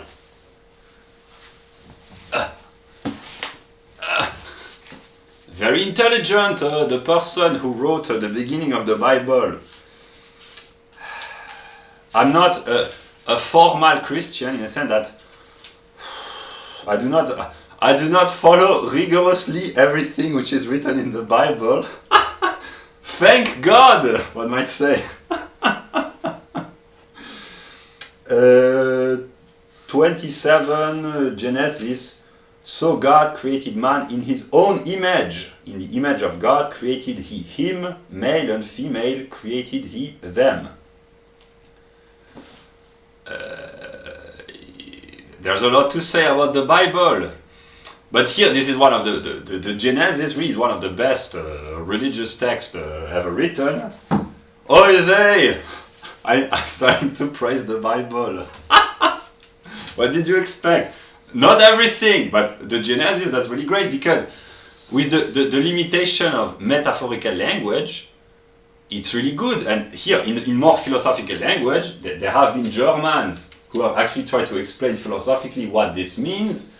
This is an illustration. Every singular human is a singular, precisely, and here, male and female, that would be particularities, and the universal would be God, but precisely, God is free in one, and yeah, these are images. The Bible is a book to help communicate very complex thoughts in an intelligible way for a lot of people. That's communication through metaphors, images, symbols, etc., etc. Philosophy is just a translation of religion through a more rigorous mode of thinking. Yeah. I will make a good joke. I will praise the Bible as long as I can. Maybe the Bible will will praise me. Sometimes, I don't know. That's a joke, that's a joke. Sometimes my jokes can be genuinely good. Now, a little bit a more serious topic. I mean, more serious in a sense, negative. The question of crime. Crime is a universal problem, and the particular could be modern Western societies, or any given particular Western society, depending on what is particular. But here, I will take example of what I call empirical books about the problem of crime. These are the 3 books that I have about this specific topic in an empirical aspect. Namely, they are not strictly empirical, because a purely empirical book would be just a collection of statistics or a collection of facts with no theoretical explanation. So, of course, every book which is vaguely interesting, it's not just a collection of data, but it actually offers an explanation. Here, science in general is simply to offer universal explanations for singular events or phenomena. So yeah, there's this book, Detroit by Paul Kersey, praised by Thomas Sowell. I will talk about this a little bit later. By Mr. Colin Flaherty, White Girl Bleed a Lot. So these are in the particular context of America. And here is a book by Mr. Oberton in the context of France.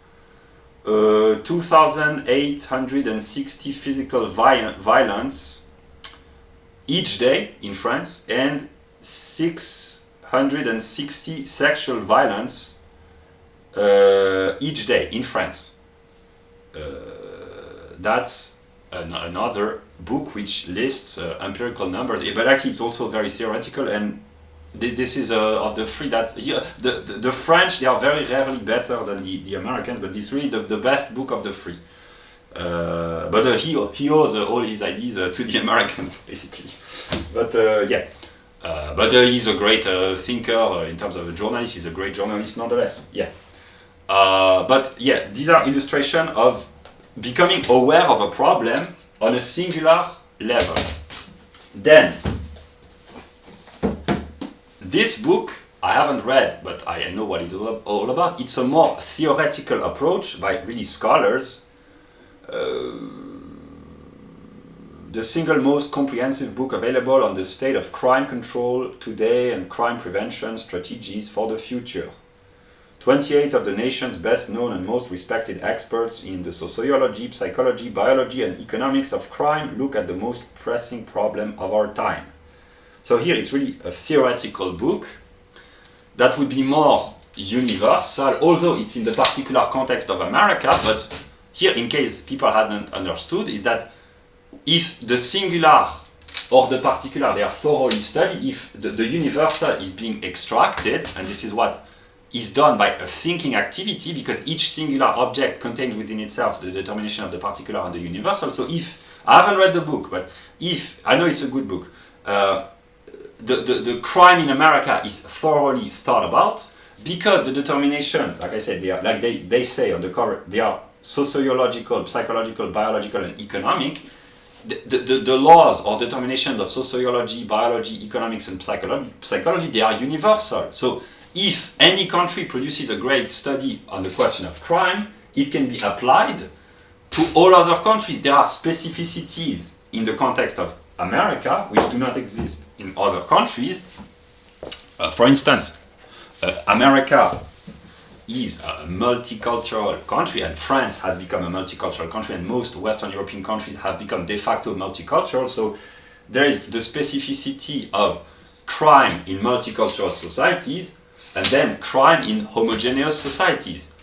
A country like Japan, here I know the level of crime is significantly lower, but there are crime nonetheless. So the fundamental reason, they are the same, but the reason why the particular context of Japan and the US or Nicaragua or Brazil or South Africa, they are different. There are similarities and differences, identity and difference, etc., etc. Just to illustrate. So yeah. So here I illustrate my own documents, the use of my own the use in sense the useful aspect of my documents. Yeah. It's just here. It's seriously to explain. The useful aspect, to offer the view of the totality, and here to think thoroughly and rigorously about crime. First, I will illustrate. I've just taken notes.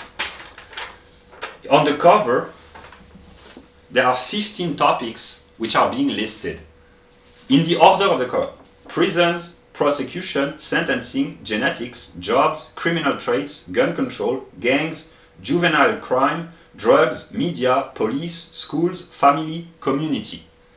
15 determinations in relation with the problem of crime.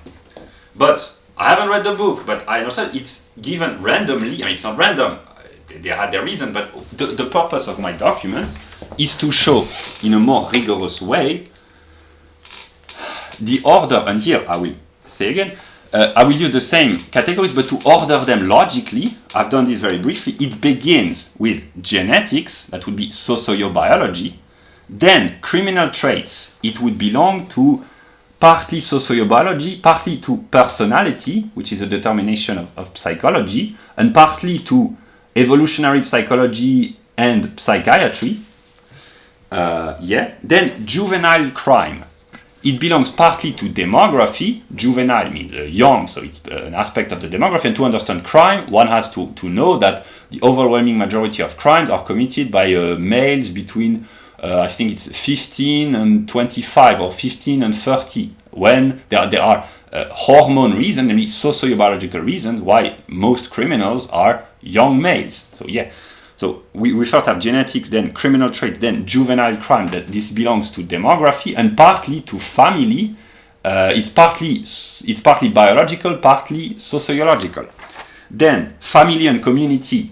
That would belong here to the category of family. Here, broken family. They bring about a stronger likelihood of bringing. Producing criminals, a stronger likelihood. It's not rigorously determined, but there's a stronger statistical probability. Then school, it's just above the educational system. Then the police and prisons. Police is on the left. The prisons, they are on the left as well. Prosecution and sentencing, this belong to law and the judicial system, so they all belong together, and they are tied to rights and crime in a way. Then jobs, gangs and drugs, these are economic determinations, but they are also partly tied with ethics, responsibility and behavior, and everything is interconnected. But jobs, gangs, and drugs, these are economic phenomena. And finally, the media, it appears as well. And gun control, this would belong to partly legislation or eventually constitution, but also ethics. So the useful aspect of this document is simply to help contextualize and situate an order, and namely to study just one topic here, crime. All the aspects have to be taken into account, namely the sociobiology, the demography, the anthropology, namely predominantly males, and there are ethnic difference in crime rates, then the personality of the criminals have to be taken into account, the evolutionary psychology, that's a universal determination, the psychiatric problems, the problems of intelligence, here we do not see very well, but IQ has to be taken into account. And modern study, they show that studies by Charles Murray, Richard Lynn, and others, they show that, or Philip Rushton, that there's a strong correlation between low IQ and criminality. So that would be the logical order to start to think about any topic. Here I'm talking about crime, but to look at one topic, one problem through the lens of all the other determinations, and then it begins logically in a way by the family. If families are broken, they bring about a stronger likelihood of producing unbalanced or broken individuals. What is the reason why families are broken? There's the question of marriage. What brings about the breakdown of the traditional family? These are legislative decision and moral decision. So it's tied with behavior, the culture of the people as well, the customs. It's tied with the economic situation. Here there has to be a connection between for instance, the right to abortion, the pill, the arrival of condom, the economic prosperity in the 60s, which brought about the cultural revolution. And all the reasons have to be taken into account to explain the breakdown of the traditional family, which then influences the crime rates. The immigration policy, they have to be taken into account. The role of the media in exposing or hiding certain facts about the nature and the quantitative extent of the crime. Who are the criminals? For instance, here I talk about the French context. Whenever there is a crime, the name of the criminal is not mentioned because overwhelmingly, if the name was given, it would bring about negative reactions because some names are not sounding like typical French names, for instance. Yeah, that's a particularity of modern European countries with massive immigration, in a sense. Technology, what is the connection between crime and technology? Well, now with the access to the internet, people can share the information. People can record with their cell phone criminal action. So it can, or the idea, should we make more cameras on public places to prevent criminals, etc. That's tied with technology. Politics, in times of political unrest, there's a stronger crime wave, or there can be criminals motivated by political ideologies, etc., etc.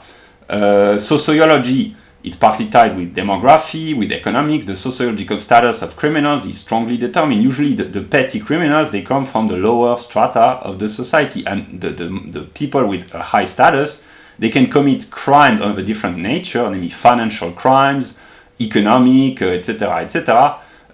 Here the nature of crime has to be defined, but someone who scheme with the banking system is kind of a criminal, but not a directly violent criminal, but his policies bring about violence on a wider scale.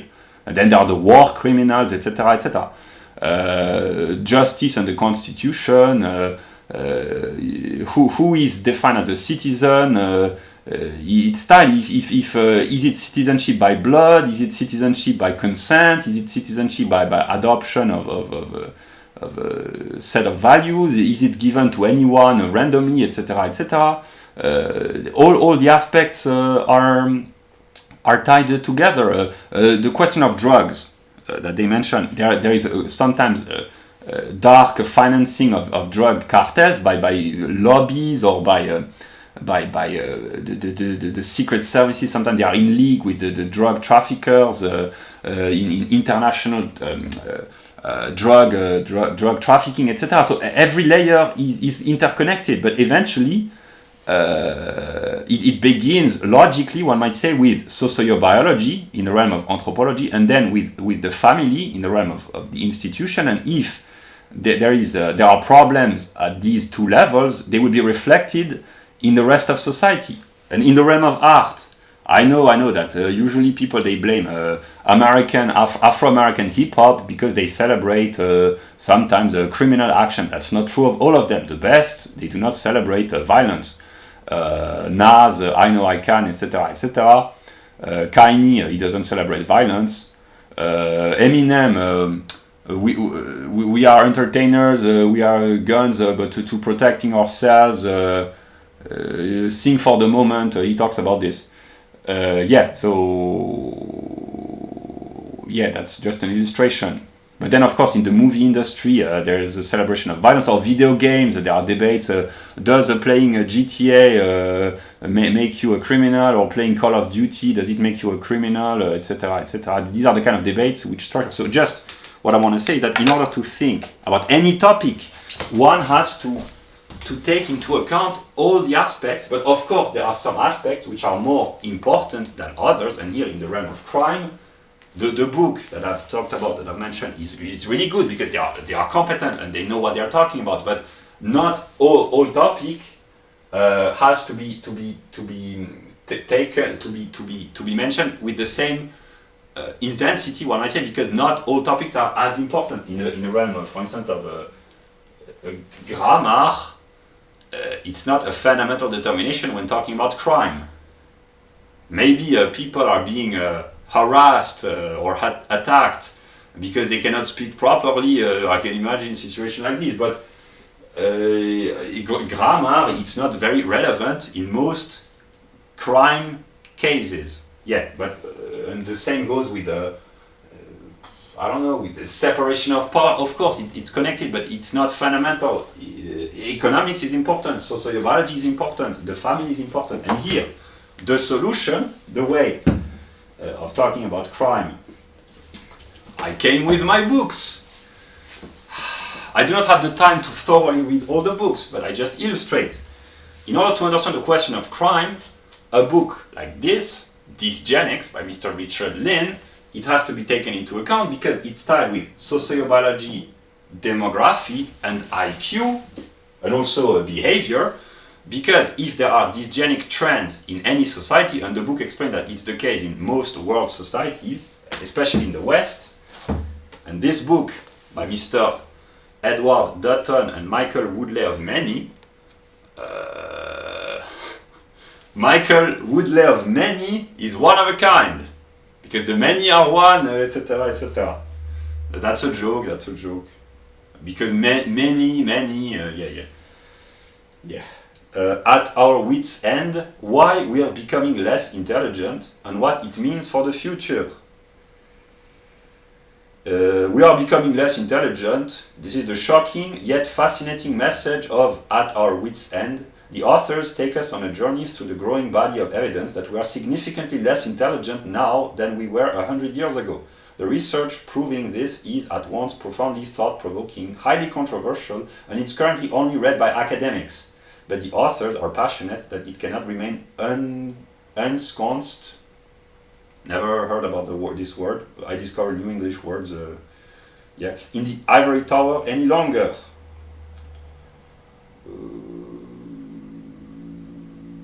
They talk about.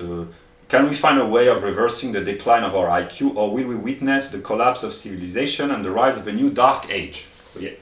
The Anglo-Saxons, here we are the best in terms of the recent research in terms of IQ, and these two books, these are illustrations of problems of demographic, sociobiology, and IQ, which eventually, here that's what the bell curve talks about, but the modern sociological research in the Anglo-Saxon world, predominantly what they talk about, namely it has an impact upon criminality. There are many other problems brought about by dysgenic policies, but one of them is crime, because usually criminals, they have a lower than average IQ all over the world.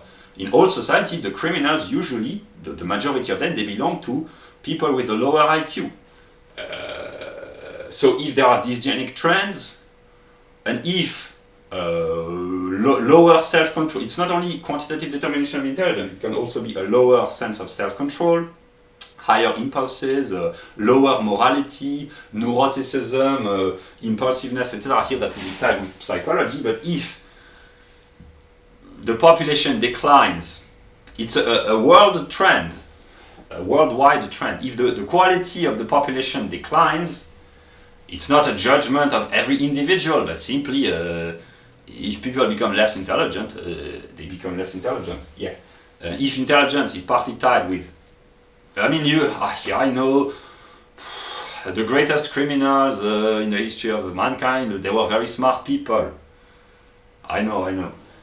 But here we are talking about petty criminality, day-to-day violence, and so it has to be taken into account. Then, the breaking down of the family. There has been sociological research which has shown that people who grow up in broken households, they tend to suffer from many social ills, be it unemployment, drug addiction, welfare dependency, criminality, problems of all sorts. What is the reason which explain the breaking down of the traditional family? There are many reasons. One of them,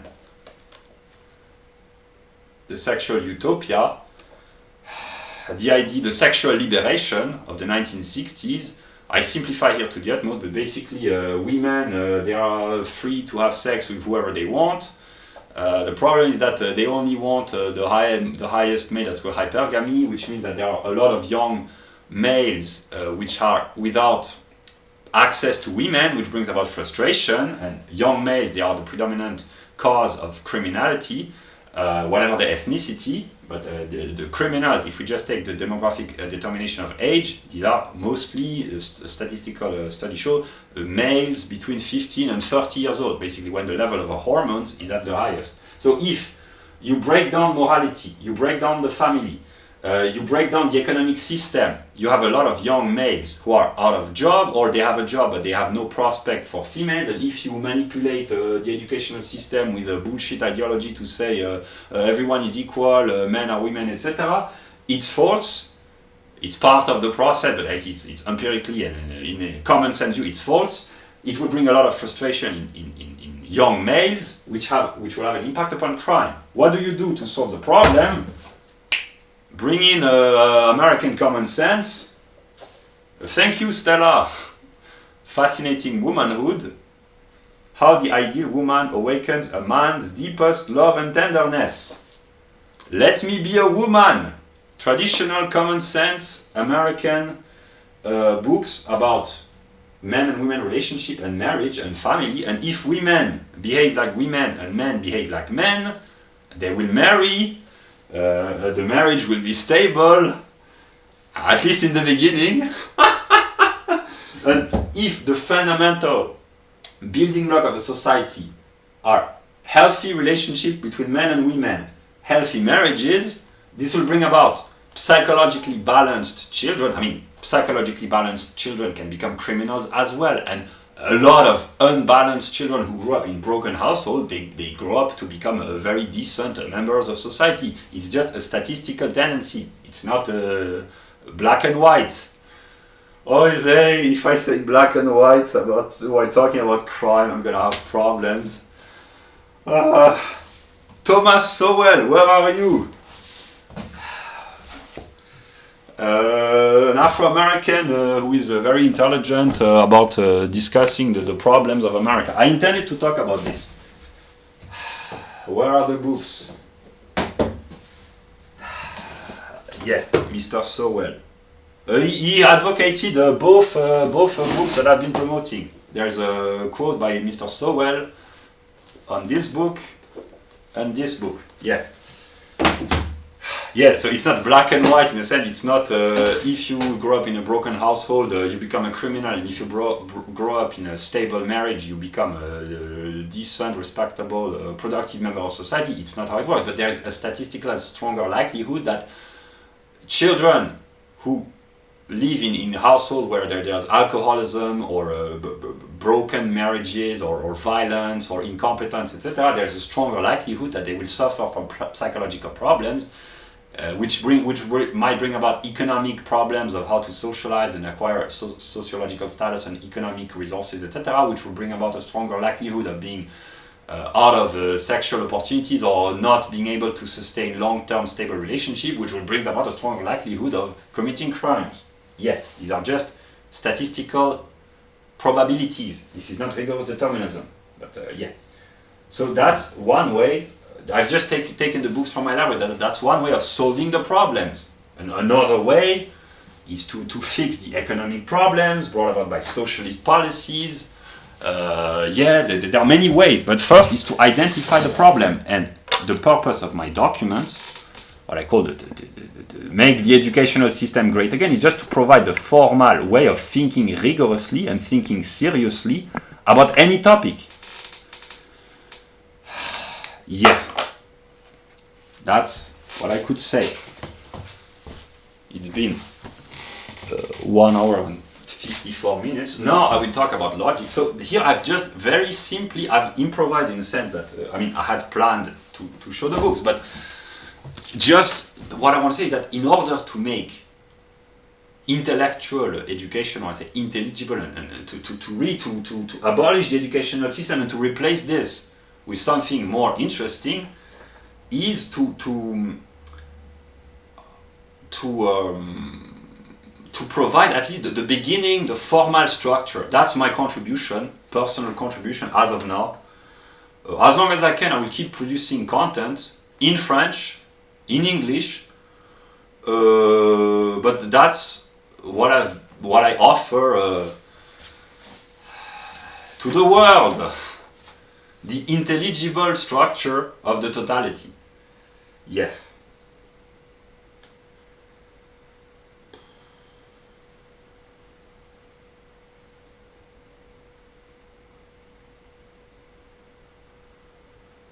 Yeah.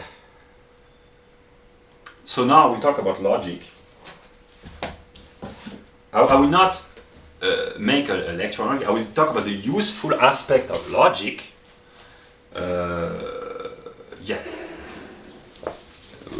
In order to promote some of my best videos on logic. Why bother study logic or metaphysics?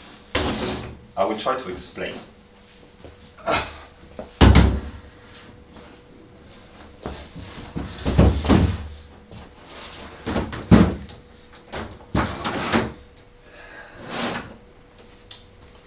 But first, I will take a short pause. I will go urinate in the shower, not to waste precious resources. That's virtue signaling. The problem, which is actually the solution, is that when I do virtue signaling, I actually practice what I preach. So please let me go urinate peacefully. Thank you.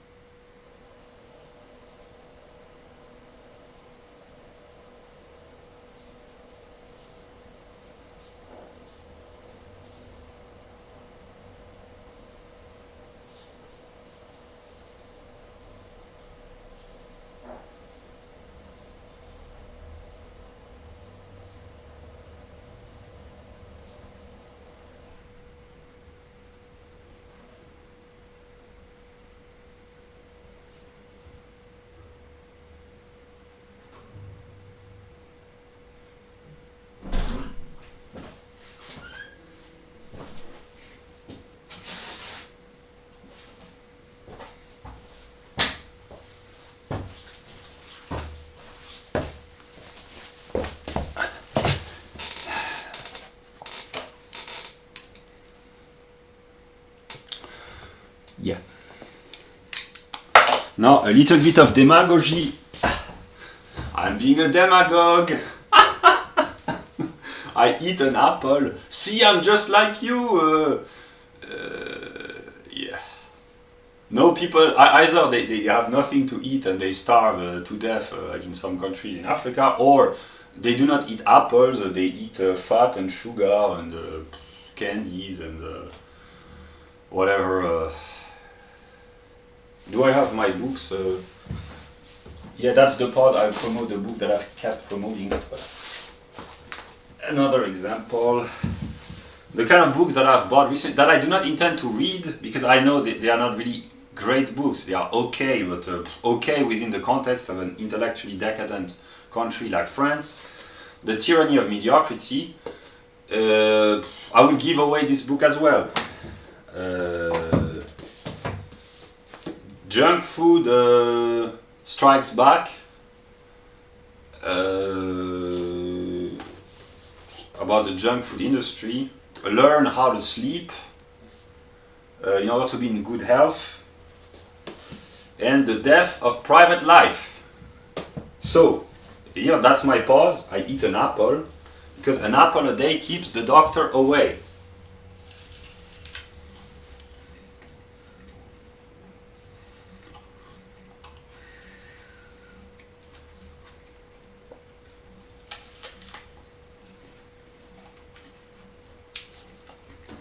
I had planned, I wrote this very briefly yesterday, about the positive aspect of the negative. What is the negative? The philosophical word for evil. But the negative per se is not always evil, because negativity, evil is negative, but negativity is not always evil. And actually I've discovered recently that most of the time negativity is actually good. And here I will illustrate. I've understood this by encountering empirical people more and more. I mean, not encountering, but interacting with empirical people more and more over the past few months. When I read a book by, not a book, but when I read End the Fed by Ron Paul, that's when I understood, because that's an example of negativity in the good sense, simply to extract oneself from ordinary life and to have the opportunity, the time, the leisure, the interest to study good books, the view of the totality. I will not pick up the document again, but the view of the totality of a society. I mean, to extract oneself from being plunged into everyday life, everyday business, one might say, and to think about problems in a theoretical way. This is what this book does, in a way. It enables to see things through an intellectual perspective. And I've understood, by talking to people and reading averagely good books, here the standard is German metaphysics. So of course End the Fed is a very good book, but in terms of the theoretical aspect, it's below the theoretical works of Mises or Rothbard or even Hayek, but that's not the purpose. Precisely, it is really a great book, like the Americans know how to produce. Namely, it's like this book, this is American excellence in the sense that the books, in terms of theoretical content, it's not excellence, because they are not meant to be theoretical books, but they are excellent in the sense that they find a really great compromise between theoretical seriousness and accessibility, and that's why they are excellent. I've read recently, I've listened recently a video on YouTube, Mr. Per Bylund, Swedish economist of the Mises Institute, who says basically that Human Action by Mises, I have the book, I will not pick the book, Human Action by Ludwig von Mises. Apparently, this book is too difficult for a lot of intelligent people, even for scholars. He says, I think Per Bylund says, Krugman tried to read Human Action and he did not understand, or he didn't find the economics, and a lot of people reading Human Action is too difficult.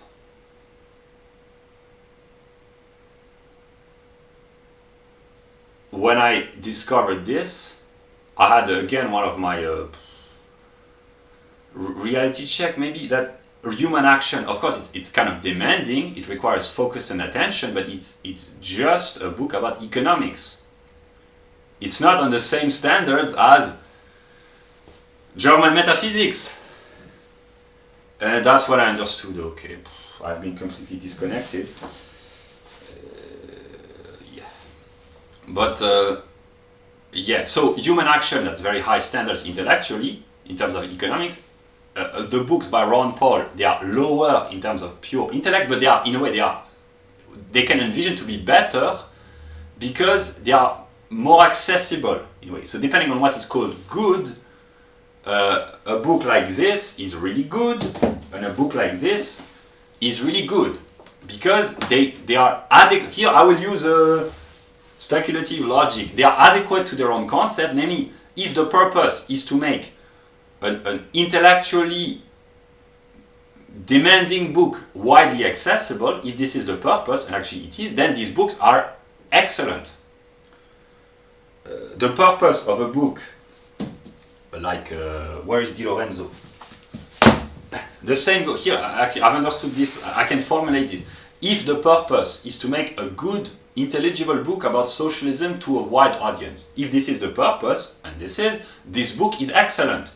But in terms of intellectual standard, of course, it's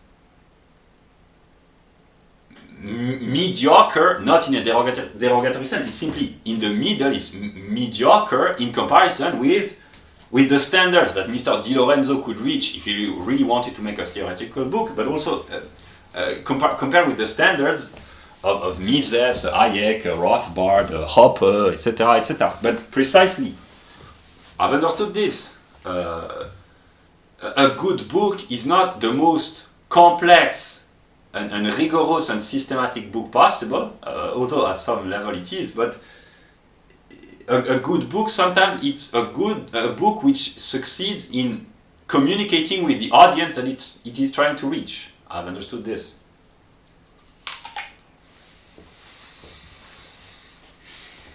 This explains a lot of my problems.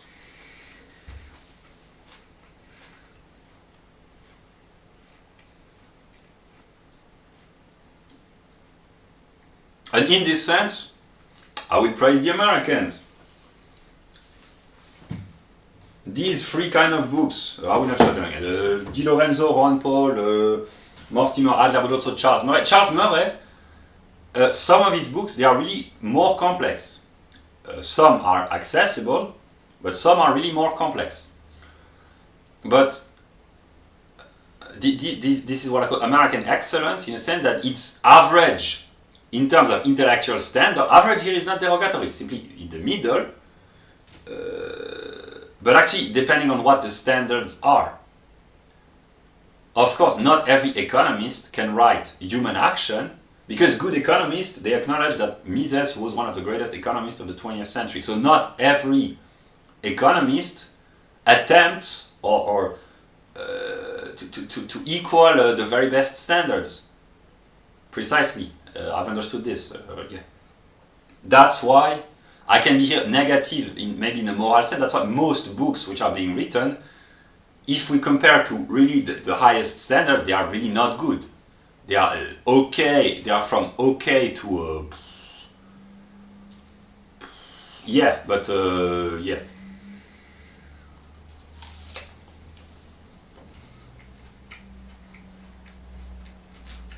And here, Mr. Nemo, that's the example of an American living in France. And here, American, it's strictly defined in the sense of the ability to produce excellence on a consistent basis. That's really some of the best modern intellectual that France has to offer, Mr. Nemo, because his influences are predominantly American, in the sense Mises, Hayek, the libertarian tradition, etc., etc. So yeah, a positive view on negativity.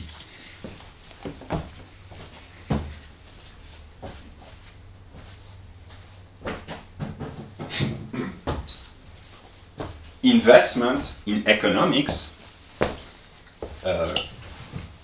or the delay of gratification, it is negative in the sense that one negates what is immediate in order to plan, in a good sense, for future consumption, for a higher reward, to invest. An investment in economics or in any field is a negative moment. And here, negativity, it's a negative which brings about a positive. In the realm of marriage, but not to go hook up with anyone randomly or to have sex with the first male or the first female, etc. It's negative in a sense. It means to renounce the possibility of having immediate satisfaction, but actually it's positive in the sense that a woman who restrains from having sex with all the potential pretendants but seeks really the best man who can sustain her on a long term, etc., or a marriage in which the two partners, they do not break up and do not divorce at the first moment, but there is a problem, and there are problems in marriages, but who can stick together through difficult times. That's negative in a sense, yeah, but it brings about a positive. Moral restraint, that's a negative, which brings about a positive. Virtue, to be virtuous, it's partly to sacrifice immediate tendencies or impulses for the good. So in this sense, a lot of good in the world, if we define negativity just in this sense of renouncing what is immediate and restraining from satisfying one's own immediate desire, or it's not necessarily desire, it can be a tendency or the duties in a way, in the sense that someone who at age 18 is given the opportunity to work, to enter the workforce or to go to college, not entering the workforce is a way of negating the prospect of gaining immediate money, and it's an investment, so that's negative. But actually, in the modern context, it has become the reverse, namely going to college has become the norm. And here the negative would be, okay, I will not go to college to be brainwashed, I will go learn a trade, and I will not spend 5 years learning ideological nonsense to go into tens of thousands of dollars of debt to be brainwashed, etc. So here, the negative inverts itself in a chronological perspective. What was negative a few decades ago was to quit the prospect of immediate earning of money in order to go to college and to study, and now in more modern society that would be the opposite. I mean, what would be negative, but a negative which brings about a positive would be to renounce the temptation to go to college in order to be brainwashed, and actually to go into the workforce directly, to be able to earn an income and eventually to find a wife, etc., etc. I watched a video. College young man not working by Megyn Kelly. I will put the links to the few videos that I've watched yesterday and today. There's another about Mr. Peterson and Friends, Immaturity by Cole Hastings, The Rational Male. There are a few videos that I've watched from him. Yeah. Okay. So that's what I understood. So that I can be very negative in many aspects, but one of the aspects of my negativity is simply detachment.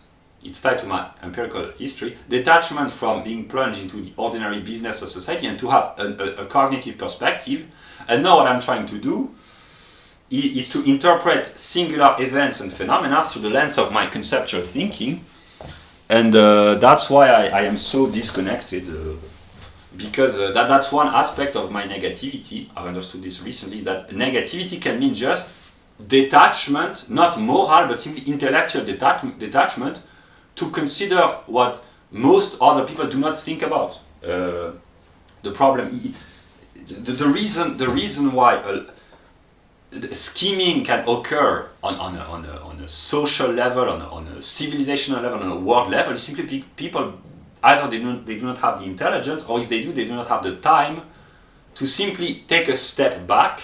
That would be a negative moment, just to think about themselves, about the state of their society, and to have a broader perspective. And when you do this, when you detach yourself, you become partly dangerous. This is what Macon, H.L. Macon says, the man who can think for himself, he becomes a problem for the government, because when one thinks for himself, he notices that everything around him is dysfunctional in a way. This is my problem, but this is the good aspect of the negative. I've understood this recently, that actually there are a lot of people who will like me. Not always, and I don't ask you to love me always, but a lot of people will like me eventually because of the positivity of my negative view. Basically, negative here in the sense of that I've explained. Because I have had the time to think things through in a full perspective. So the people who have been plunged for many years, or sometimes decades, into ordinary life without thinking much, they will find light by watching my videos, because I offer a completely different perspective. That's the alien aspect of me. Zizek talks about this.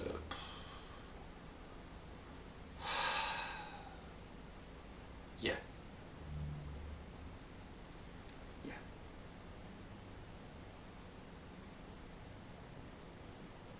I make a comment maybe for myself. I really recently discovered that the negative can be positive. Here I'm not talking about moral negativity, but simply negativity can really bring about positivity. I understood this by reading Ron Paul.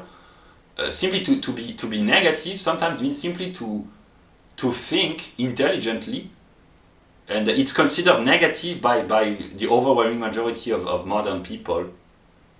And here I can accept and even appreciate this kind of negativity. The negativity which is just intellectual mediation, it's really good in this sense. Because otherwise, if people were constantly positive in a sense of immediate, identical, these are logical categories, but immediacy, not thinking, it can be good to live without thinking too much. But to live without thinking at all, which is what most people have been doing in Western society, it's not their fault, it's the system. What is the system? I've showed this earlier, but because they are plunged in everyday need to earn a living, then they are tired, they have a need to rest, to have leisure, they are brainwashed by television, etc. So a lot of people, they do not think because they do not have the time, or because the educational system has been dumbed down, etc. So there are a lot of people who really are trapped in the matrix, as they call this, the NPC, the normies, etc. I've understood this recently.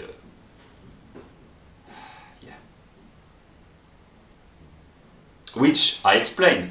It brings a kind of appeasement to me, because I understand that even if I am negative, not all of my negativity is morally negative, and my negativity can really bring positive. And just to have this understanding, it makes me feel confident. Be careful if I start to be confident. Ooh. Not arrogant, no, confident. I have been, I still suffer from arrogance, but if I become confidence is good. Arrogance, no, but confidence, yeah. If I become confident, well. Okay, so now, logic.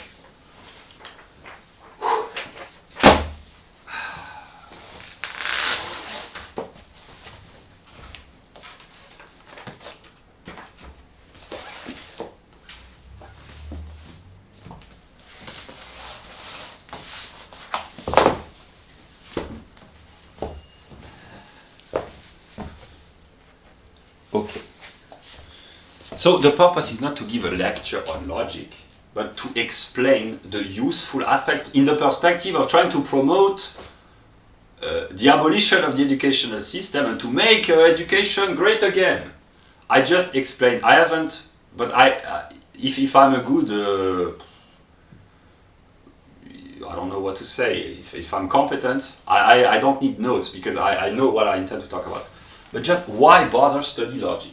Why bother with the categories? I will not explain what the categories are. They are the building blocks of the mind and of reality. This is how reality is structured. Precisely my videos about logic that I intend to I have at least 5 videos, maybe 6 or maybe more, but at least 6 or I don't know which video I will put in the description, but I know I will put good videos what I would like from the people who watch this, if you have the opportunity, just take the time not to take everything I say at face value, as they call this. Do not believe, it's not a matter of belief, but if you want to become smarter, and if you want to do me a favor, criticize me intelligently, namely, some of the things that I say, they are really smart, some less so, but what I want to express is that the categories can be found everywhere, but I do not have the faculty or the capability of illustrating each category with 100 examples. I could try to think, to take hundreds of examples, but the people, they have to think this through for themselves, and to think, it's not think for themselves, but here I share the seeds of light, as I call this, and sometimes to think, to have others thinking for themselves, and to find example from themselves. Here that's the singular, particular, universal. The categories, they are universal, and each singular person, through his own or her own experience of the world, can find example to illustrate. So I will begin by a category which I find useful: continuity and discretion. In the perspective of making education great again, if one understands that, I will illustrate, here I have planned a couple of examples, but here I will illustrate from the perspective of history, the way to teach history. When one understands that continuity and discretion are distinct but nonetheless united, one understands that the way to teach history is, of course, to teach discretion, which means to give the dates. The important dates have to be known. I list randomly the important dates in the history of Western civilization. I would say 510 BCE, 509 BC. This is the overthrow of the tyrants in Greece and the monarchy in Rome. Then 480, this is the Sparta at Thermopylae, and Themistocle in 479, so the Sparta and Athens against Persia. Then there is the Peloponnesian War. I will not list all the day, but in the 5th century, between I think it's 431 until 404 BCE. Then there is the trial of Socrates. Then there is Alexander in the 4th century. Then 202 BC, the Battle of Zama, where Rome defeats Carthage. And then there is the 1st century BC, the fall of the Republic, the conquest of Gaul, the death of Caesar. Then there's Augustus, then there are the emperors, etc. 476 at the official end of the Roman Empire, etc., etc. But here, I will not list all the important dates, but simply to illustrate. 476. Officially, that's a discrete moment in a historical process, the end of Rome, officially. But actually, just to know this, that's good to know that the Roman Empire fell in the 5th century. Okay, the date as such is not important, but to know broadly it's in the 5th century. But actually, if one just knows the date, it's kind of irrelevant. That's pure culture in the negative sense, the ability to speak cultural facts with no connection, with no intelligibility, etc. That's what the continuity is. It's not as important, it's more important actually, because what has to be understood is the process of the decline. And those who are vaguely historically knowledgeable, they know that basically Rome as an empire reached its pinnacle probably in the 2nd century AD. Those who are even more knowledgeable know that the decline began precisely with the Battle of Zama. When the Republic reached its pinnacle, it started to degenerate morally, and then it took 100 years, 150 years to decline morally. They become soft, these Romans, influenced by Greek literature, by poetry, philosophy, plays, ball games. They had no ball games, but gladiator games. They become a little bit decadent, they become wealthy and prosperous, etc. So the Republic reached its pinnacle in terms of military conquest and virtue and dominance, etc., which brought about a moral decline which lasted for about 100 years, and then it was symbolically, it was when the Republic really fell officially and became an empire, but then the empire thrived for about a couple of centuries, but officially the decline of the Roman Empire began at the pinnacle, namely in the 2nd century, and it declined for 3 centuries. So the discrete moment of the official fall is kind of irrelevant. What has to be considered is the process, what caused the decline. There are many reasons, but yeah, that's an illustration. Another example, 1848 in Europe, the communist attempts at making revolution. This is a discrete moment, but to say, there were upheavals, political troubles in Europe officially in the chronological perspective in 1848, it's good to know this, but if one just knows the date without seeing the process, the Industrial Revolution, the difficult working conditions of the workers, the rise of nationalism, the circulation of information, inequalities, etc. Without seeing the full process, the decline of the prestige of the monarchy because of the French Revolutionary wreaking havoc on old aristocratic Europe, etc. All the problems, if just a single moment is seen without the continuity, namely the historical process, and the same goes for the French Revolution, the American Revolution,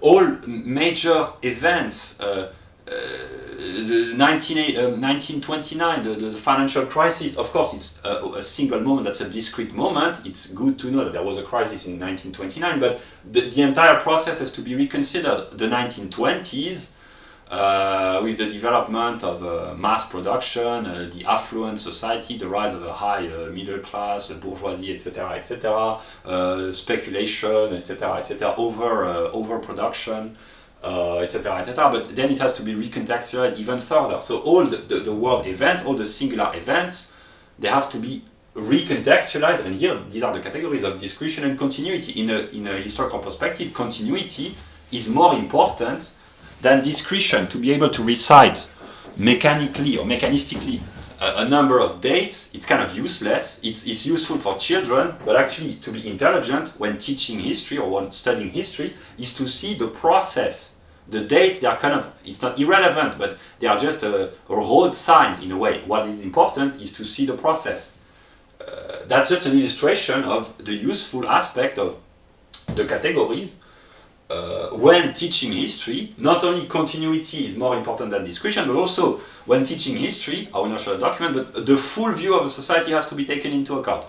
Sociobiological, demographic, psychological level of intelligence, and then family structure, political organization, economics, sociology, etc., geopolitics, legislation, all the aspects, culture, religion, philosophy, all the aspects have to be taken into account. And here, that's another example. The useful aspect of studying logic, to know that the whole and the parts, the whole consists in its parts. When talking about any topic, all the parts have to be mentioned, otherwise it's fragmentary. Of course, it's very difficult to do so, but in order to talk intelligently or to study intelligently any topic, the whole and the parts have to be taken into account. It's very easy to manipulate anything or anyone by just taking random aspects or just fragments. That's how people do. Manipulation is very easy. In order to manipulate anyone or to downgrade anyone or to cause someone a bad reputation, etc., you just take one aspect, one part of an entirety, an entire life, an entire work, one quote from an entire book, or one mistake from an entire career, and you use this single part, and it's very easy to manipulate. Yeah. Here I take an example from French political life. Monsieur Jean-Marie Le Pen. He has been some sort of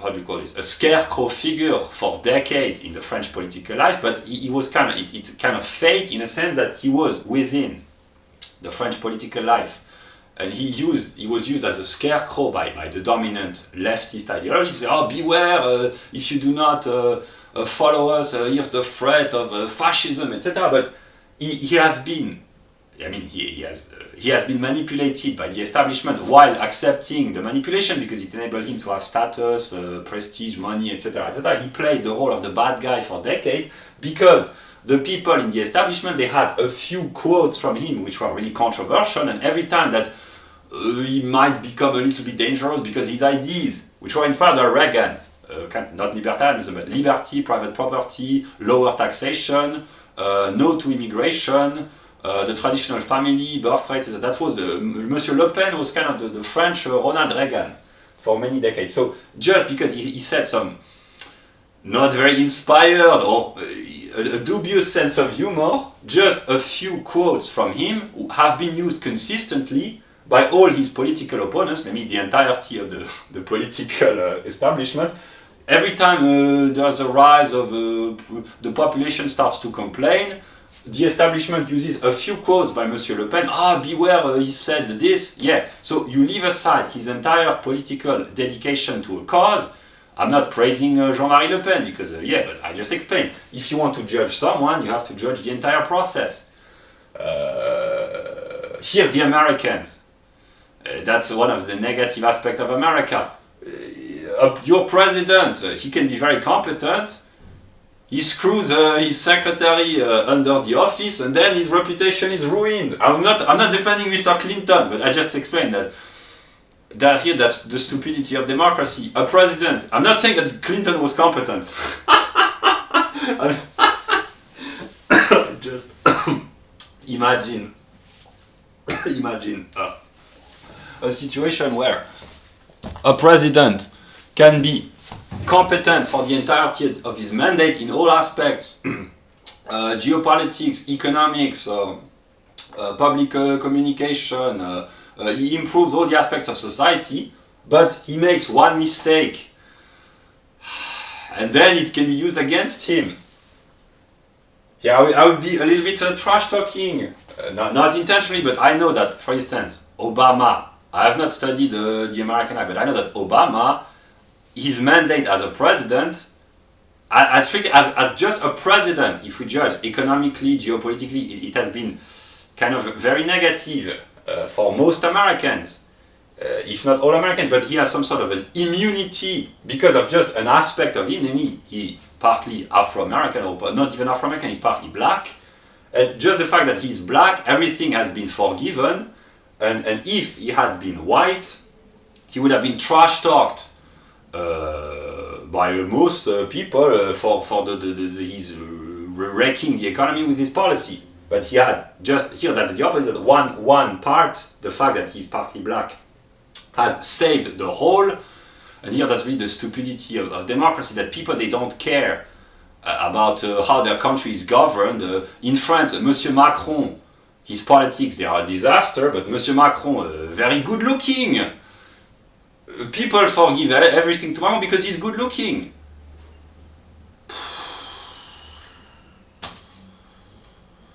Yeah. Or Trump, that's the same. That's the very simple manipulation. He made one controversial statement about Hispanic immigrants. I don't know economically the mandate of Trump, was it good or bad, but you take one controversial remark and the entirety 4 years of work, they are being ruined. That's how to manipulate people. It's very easy. When you understand the trick, you do not get fooled. Yeah. So another example.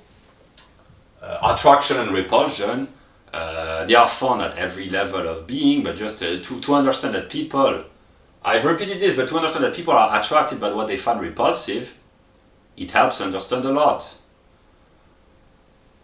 There are really creepy videos on the internet, and people, they are spontaneously, at least once in their life, they want to see, okay, that's really creepy.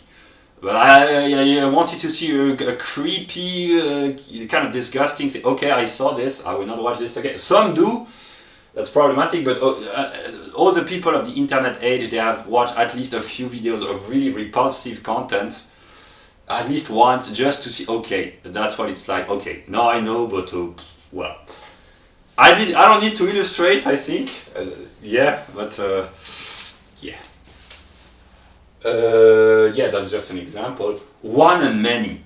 to understand that they are conceptually united, here we talk about Mr. Kanye West. I've understood this recently. Eminem, I said, and I still maintain, that he's the embodiment of God in the realm of modern pop culture. Marshall Mathers. Stefani Germanotta, Lady Gaga, she's the female aspect of God embodied in the modern pop culture industry. The third, in terms of modern pop, I would say it's Billie Eilish. I don't say that Billie Eilish is a goddess, but in terms of genius, in my view, there's Marshall Mathers, Stefani Germanotta, then there's Billie Eilish. The three, it's not set in marble, that's how I envision it. I mean, Eminem and Lady Gaga, yes. Billie Eilish, when I discovered her a few months ago, she was really was pure genius. It's really absolute genius.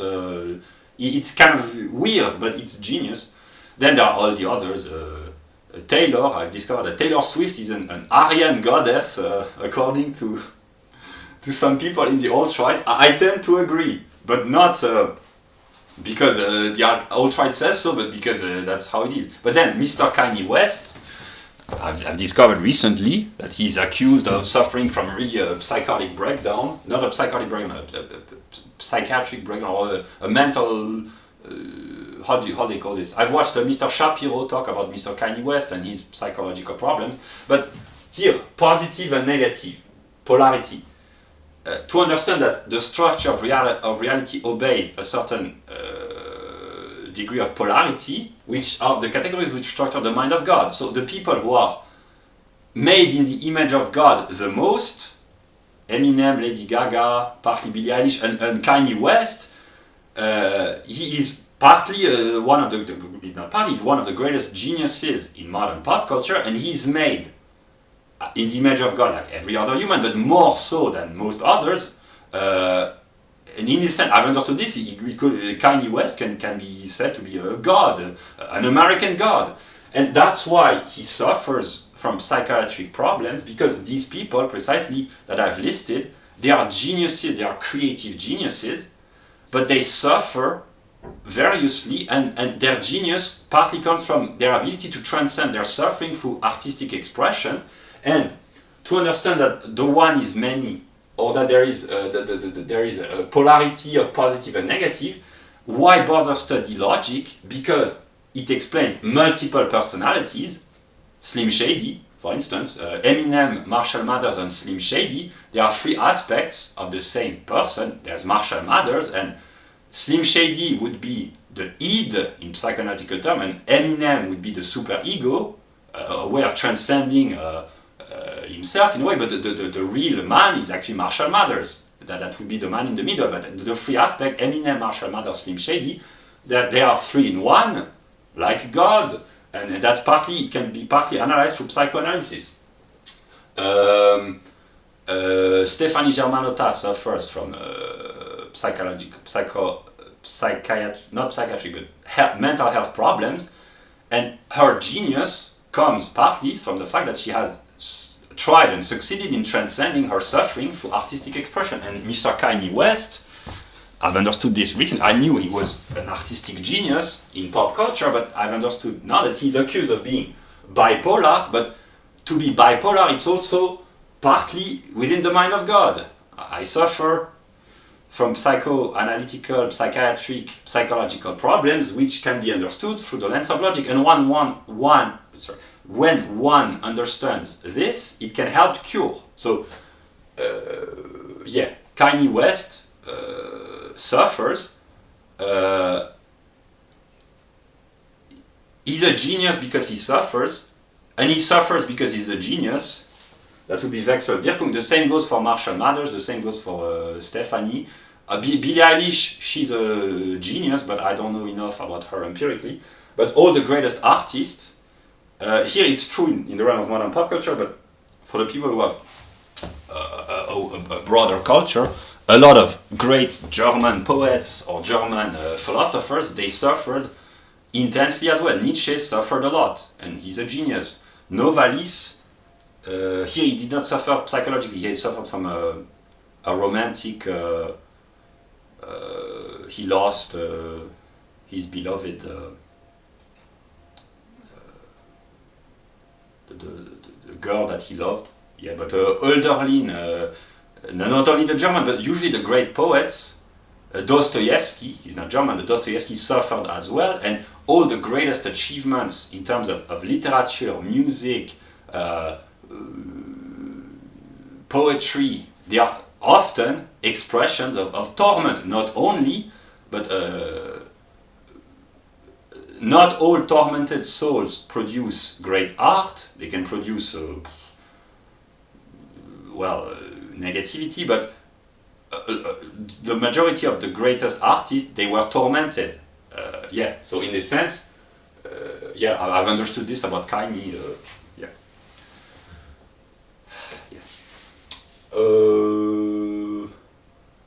Then, so that's the example.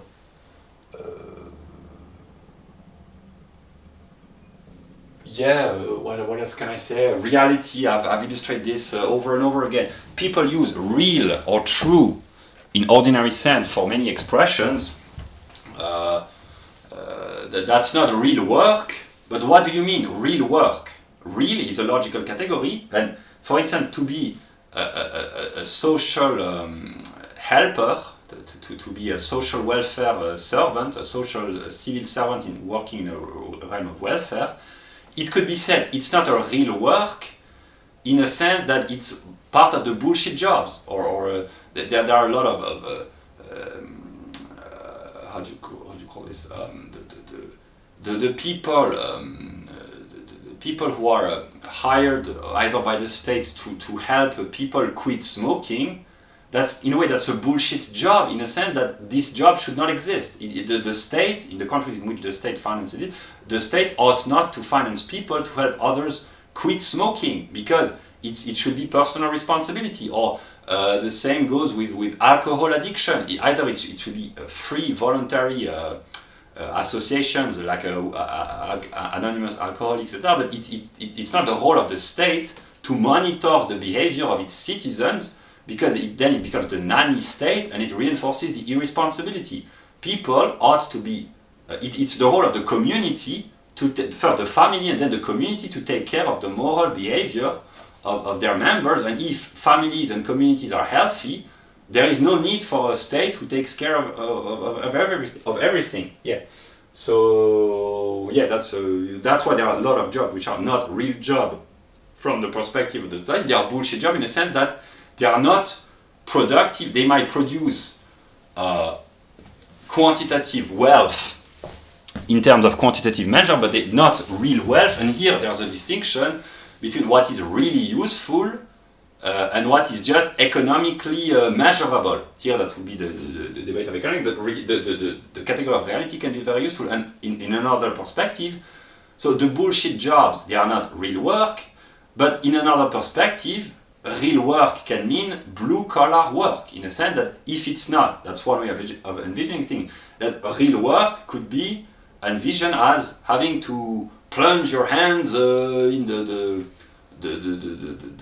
toil, to sweat your eyebrows. It has to be physically demanding. That's one way of envisioning real work, blue-collar versus white-collar. In this sense, if real an sich sein für anders, if the sein für anders means to toil with difficulty with one's hands and to be physically demanding, etc. In this sense, white-collar jobs are not real jobs. The bureaucrats, even if they are useful, they are useless.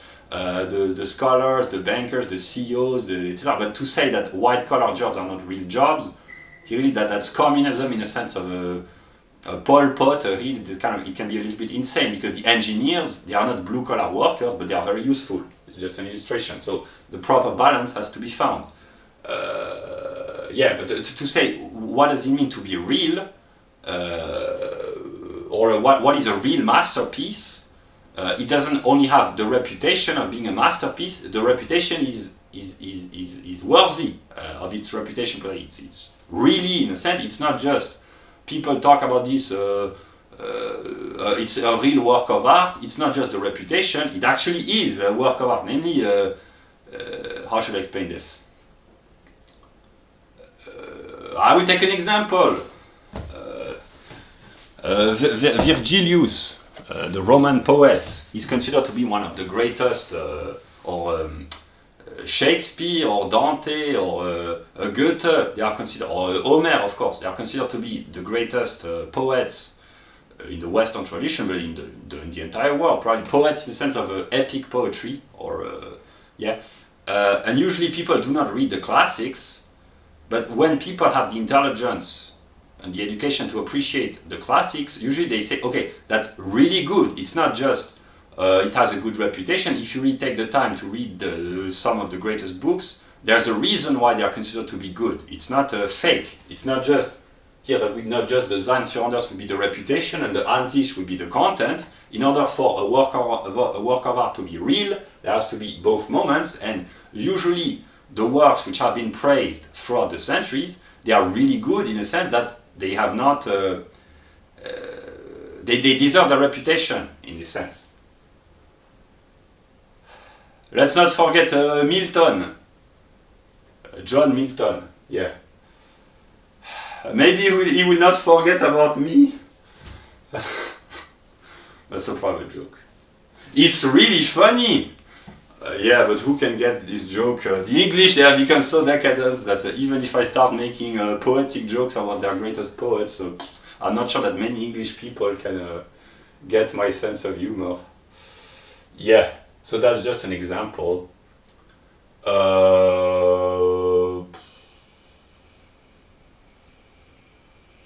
To understand, I've already said that the concept of quantity by its very nature is an infinite progress. This explains greed, this explains the negative aspect of capitalism, this explains the excess of ambition, etc., etc. Those who always want more, or consumerism, yeah.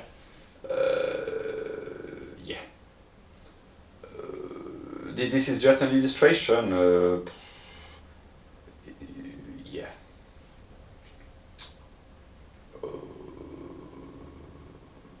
Yeah, another example. Matter and form.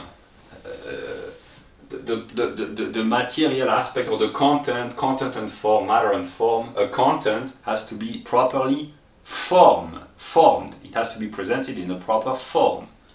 This explains a lot about aesthetics.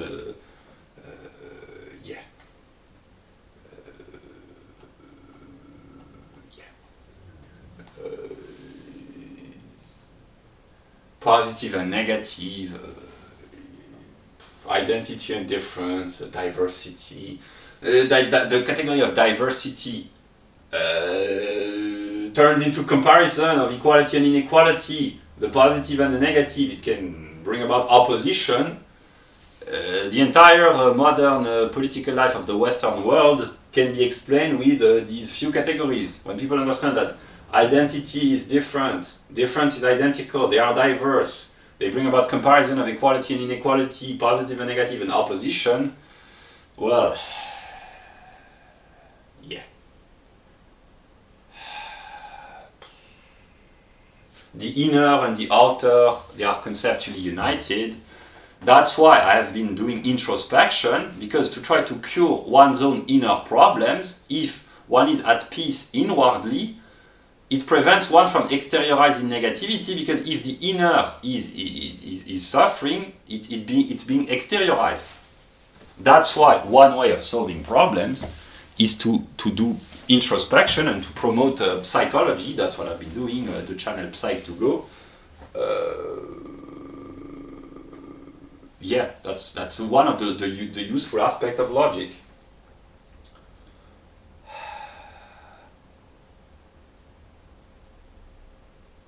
Here I improvised, but I thought about this morning, a song by Eminem, Mosh. No more blood for oil, we've got our own battles to fight on our own soil. A great lyricist. There are a lot of societies who exteriorize their problems, have and do in geopolitics, but usually an external aggression is the manifestation, an exteriorization of inner troubles. And in the curing the problems of the world, it begins by curing the problem of each society, which is composed of individuals, which means to cure the problem of each individual. That's why I have begun over the past few weeks and months to work consistently on myself while sharing my knowledge universally to help maybe inspire others. And the more people are cured inwardly, they can cure their inner problems, the less they will have to exteriorize their negativity. And if they are inwardly at peace or positive, they can exteriorize positivity. But the positive can be negative as well, etc., etc. Yeah. It's very complex. Very complex. Yeah. Yeah. But now, I will just... Okay, it's been 3 hours. I will just take a short pause. I will drink a glass of water. But then I will illustrate again briefly the logic of quantity, and then I will stop the video.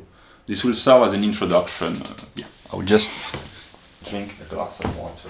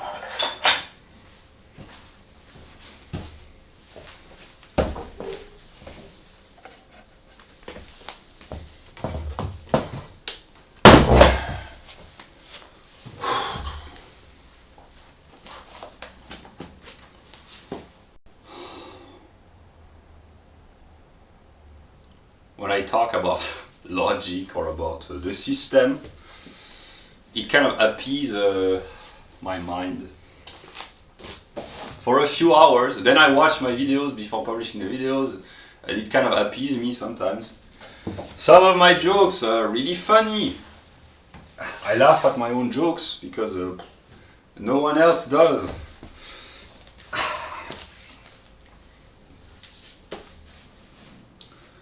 Oh, Marshall, you're so funny, man. You should be a comedian. Unfortunately, I am. I just hide behind the tears of a clown. Whatever. Great song.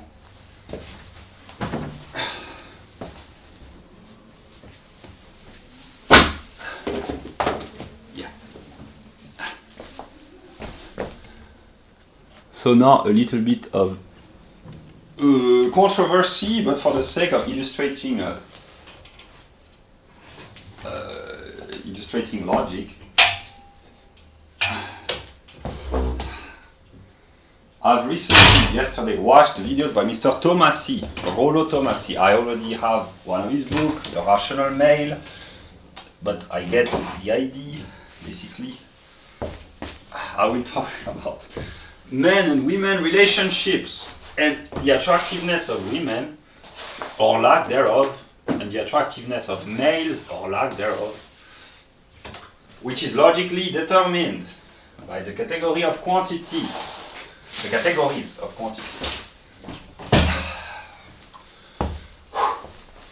Also, while I'm doing this, clean your room, that's an example of a negative moment. Maybe that's an investment, but once the room has been cleaned, my room is clean, but here it's disordered because I've been using books, but yeah. it can help. It's an investment. It enables to gain an enormous amount of time to have one's own room cleaned. Very intelligent, the pieces of advice given by Mr. Peterson. Okay, so here do we see that's a broad representation of the sexual market value of males and females from 15 to 75, that's the age. From 0 to 10, that's the sexual value, basically. And this is an example of continuity discretion, also degree, and it can be quantified, it can be logically analyzed and explained, and that's the theory of Mr. Rollo Tomassi, but also it's confirmed, I guess, by sociobiologists. Probably David Booth, Mr. Booth would agree broadly. That's the representation of the value in green. That's the value, the sexual value of a woman, which increases, well, from age at the beginning of sexual maturity, but let's say between 18 years old up until 30 years old. Women, then it depends on the singular beauty of the woman, but usually that's a trend. They are the physically most attractive, let us say, between 18 and 30, but the peak is at 23 years old. That's when a woman is the most attractive. And here, a little bit of logical commentary. Here, the intensity would be the highest moment, the highest degree, usually for women, it's between 21 and 25. Let us simplify. 23 years old, that's the most intense attractiveness of women in terms of beauty, fertility, usually health. Not all women are healthy because there are women who have health problems, but usually women are the most fertile, the most attractive physically, the most beautiful, the most attractive for a male in this age period. It works only in English.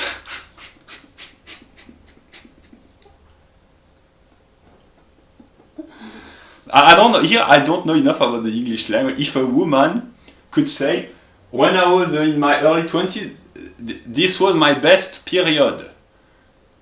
Does it mean what I think it means? Like the best slice of quantitative determination of age? Is it called a period? Here, I doubt a little bit. You get the idea. Even if the vocabulary can be dubious, you get the idea. So the best quantitative moment in the determination of age for women, it's in the early 20s, let us say 23 to simplify. So at the highest, that would be intensity. Extension would mean the extensive appeal that they attract, the quantitative number of males and potential suitors and followers or potential prospects, partners that they attract. Intensity and extension are conceptually united. A woman will attract the most suitors when she's at the highest level of her peak fertility, beauty, attractiveness, etc., etc. And then it explains a lot. I will not say what Mr. Rollo Tomassi, I will put the links to the video of Mr. Tomassi, but basically it explains a lot about psychology. Here, I will not use logic, but simply the system. Sociobiology, which is determined by logic, explains psychology and eventually economic and moral and cultural behavior of women. Also, yeah, here I've used the categories of continuity, discretion, intensity, extension, but also measure, in a sense that when the quantity changes, the quality changes at some moment. It doesn't happen from one day to the next.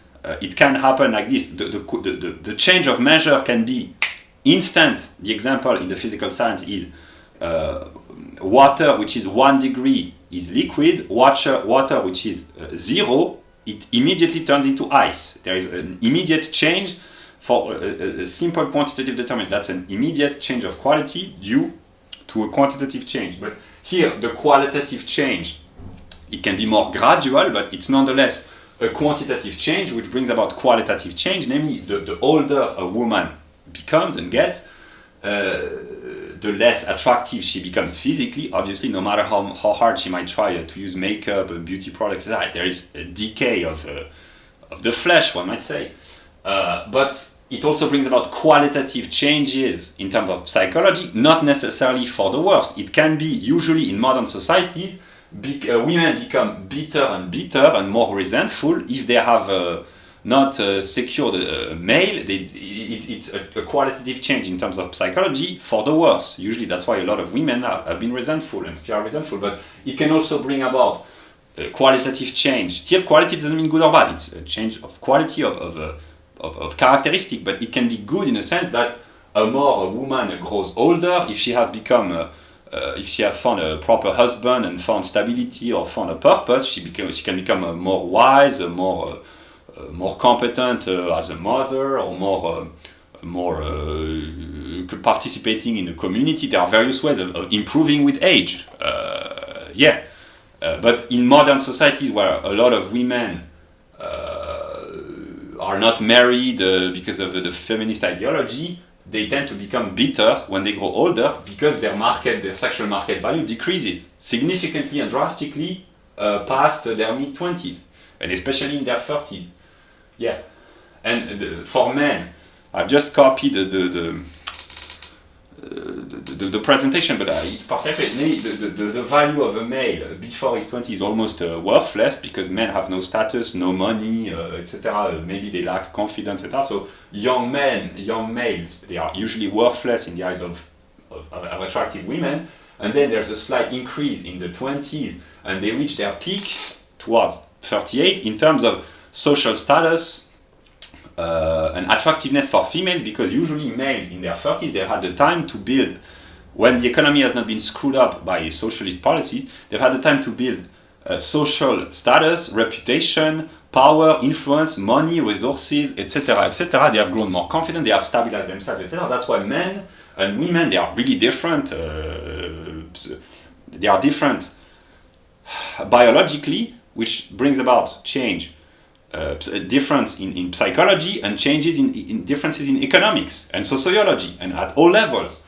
And that's why a male is at its peak in his mid-30s, and then it declines, but the decline is less steep than for women. Men can be kind of attractive for a much longer time because of their ability to gain status, resources, prestige, influence, etc., etc. It explains a lot, but it's also a change of measure.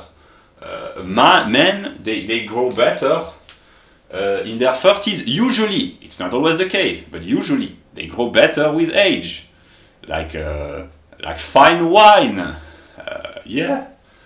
How old am I officially? Oh, I'm 30 years old. Where do I find myself?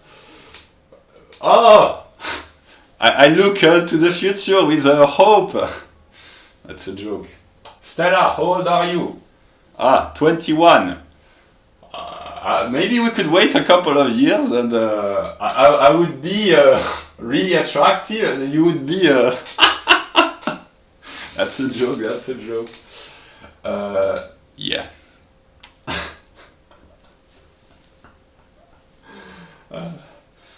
Yeah, that's an illustration of continuity, discretion, intensity, extension, and measure.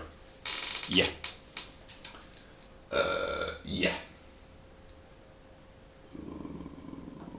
And also an illustration of the system, namely all the aspects have to be taken into account. Sociobiology, psychology, family life, ethics in the broadest sense, economics, sociology, and then art, which expresses the truth about males and females, and also the influence of the media, academia. The academic world has had a tremendous influence upon women, the college population, to influence and spread the feminist ideology, and the change of technology with the social media brings about counterbalance. People learn on the social media, on the alternative media, that feminism has screwed up the lives of an enormous amount of women, not only on a singular level, but has destroyed society, because people do not reproduce in a feminist society, and then societies kind of disappear. If women have they do not have children because they spend their best years partying or having sex with multiple partners, or because they say, oh, we are independent. No, you are not independent. The state takes care of your every need at the expense of the future of future generation, by bringing taxation for all the workers, by disrupting the economy, stealing away the liberties, etc. When women say, here that's the useful aspect of the total view, when women say, oh, we are independent, no. What women call independence means complete dependence on the state, to be independent from one's husband. In a perspective of feminist, unconsciously this means to marry the state. That's the counterpart. Yeah. Yeah. Yeah, so that's an illustration. And now, another illustration from the book by Mr. Paul Kersey. This is the demographics of Detroit, the city of Detroit, from the 1910s until the 2010s. The proportion of anthropological Europeans, I mean white Americans.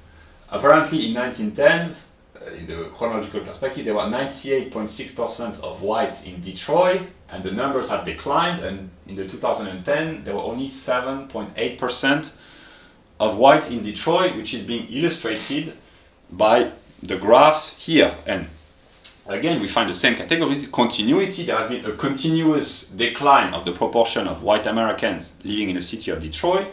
It can be discretely separated into various decades. Here, the percentages are quantitative proportions, another logical category.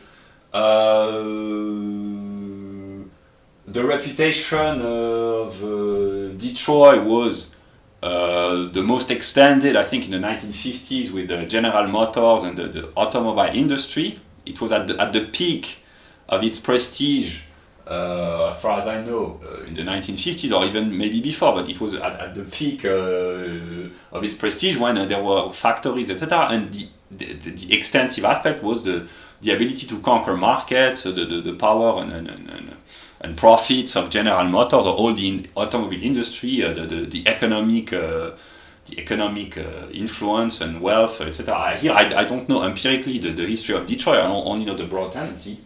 Here, let us talk about Marshall Mathers.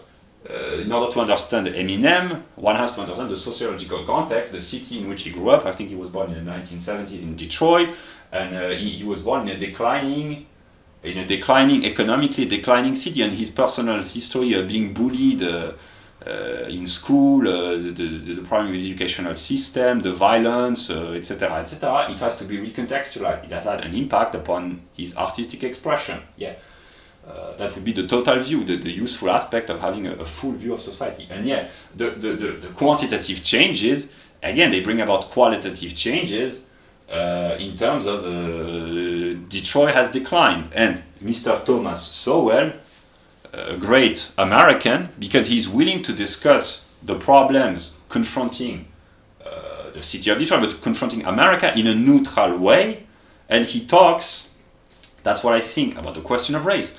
Thomas Sowell is a great American because he behaves like all other great Americans. He has his specificities, like every single great American has, but he behaves like most great Americans. Namely, he uses intelligence to try to solve problems and competence, and he's willing to discuss controversial topic, not for the sake of controversy, but simply because if the problems are not identified, if they are not discussed, they cannot be identified, and if the problems are not identified, they cannot be solved. So Thomas Sowell is behaving like Ron Paul and like Charles Murray and like all the archetypal great Americans of the modern era, one might say, by intelligently, openly discussing problems, which is the first step towards solving the problems. And he suffers opposition. Here I don't need empirical validation because I can deduce that this is how it happens. He suffers opposition from Afro-American people who are not intelligent to understand that talking about race doesn't mean being racist. It means to talk intelligently about race. It's simply a scientific perspective. So I'm sure that there are many blacks who resent him probably, and there are also many white liberals who probably resent him.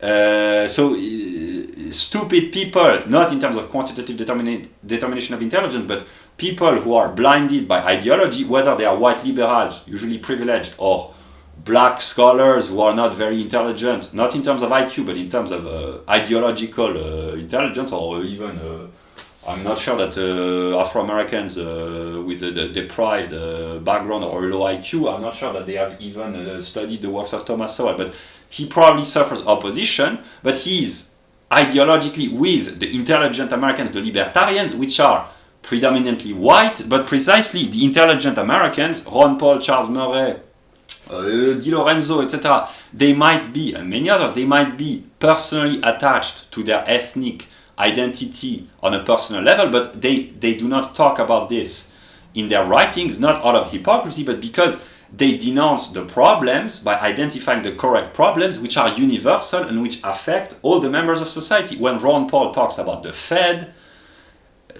is a problem for every American, but actually for every citizen of most countries, because it has a worldwide influence. When Ron Paul criticizes the Fed, he behaves like a real American, in the sense that he defends the interest of the American citizens independently of origin. And Thomas Sowell is one of the rare black Afro-American to do so.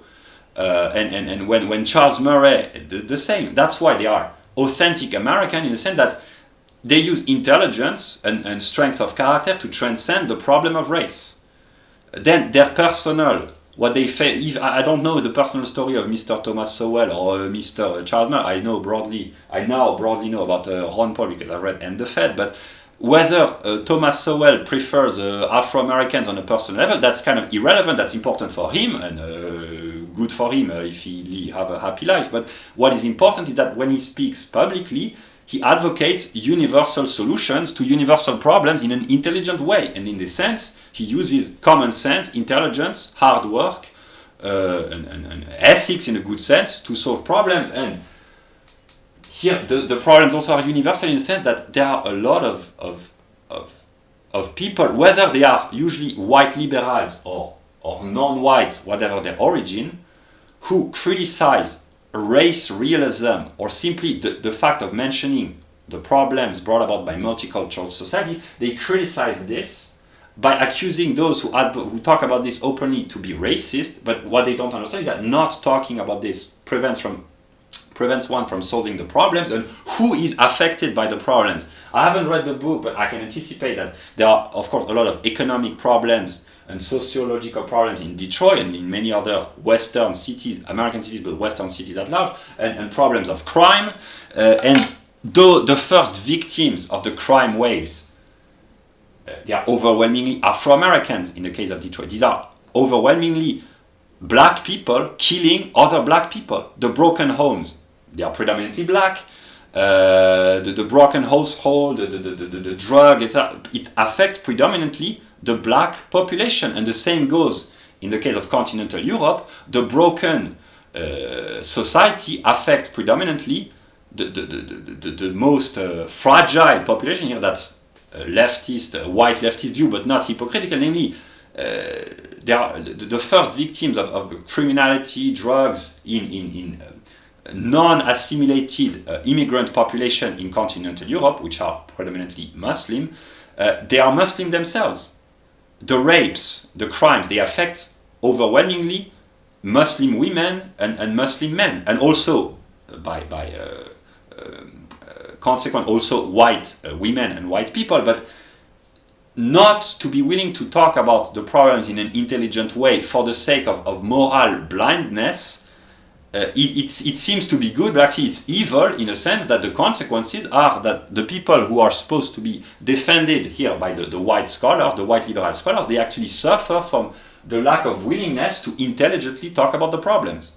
And in this sense, Thomas Sowell, I'm sure that he's probably considered as some sort of a bounty, as they call this, by some black people, because black on the outside, white on the inside.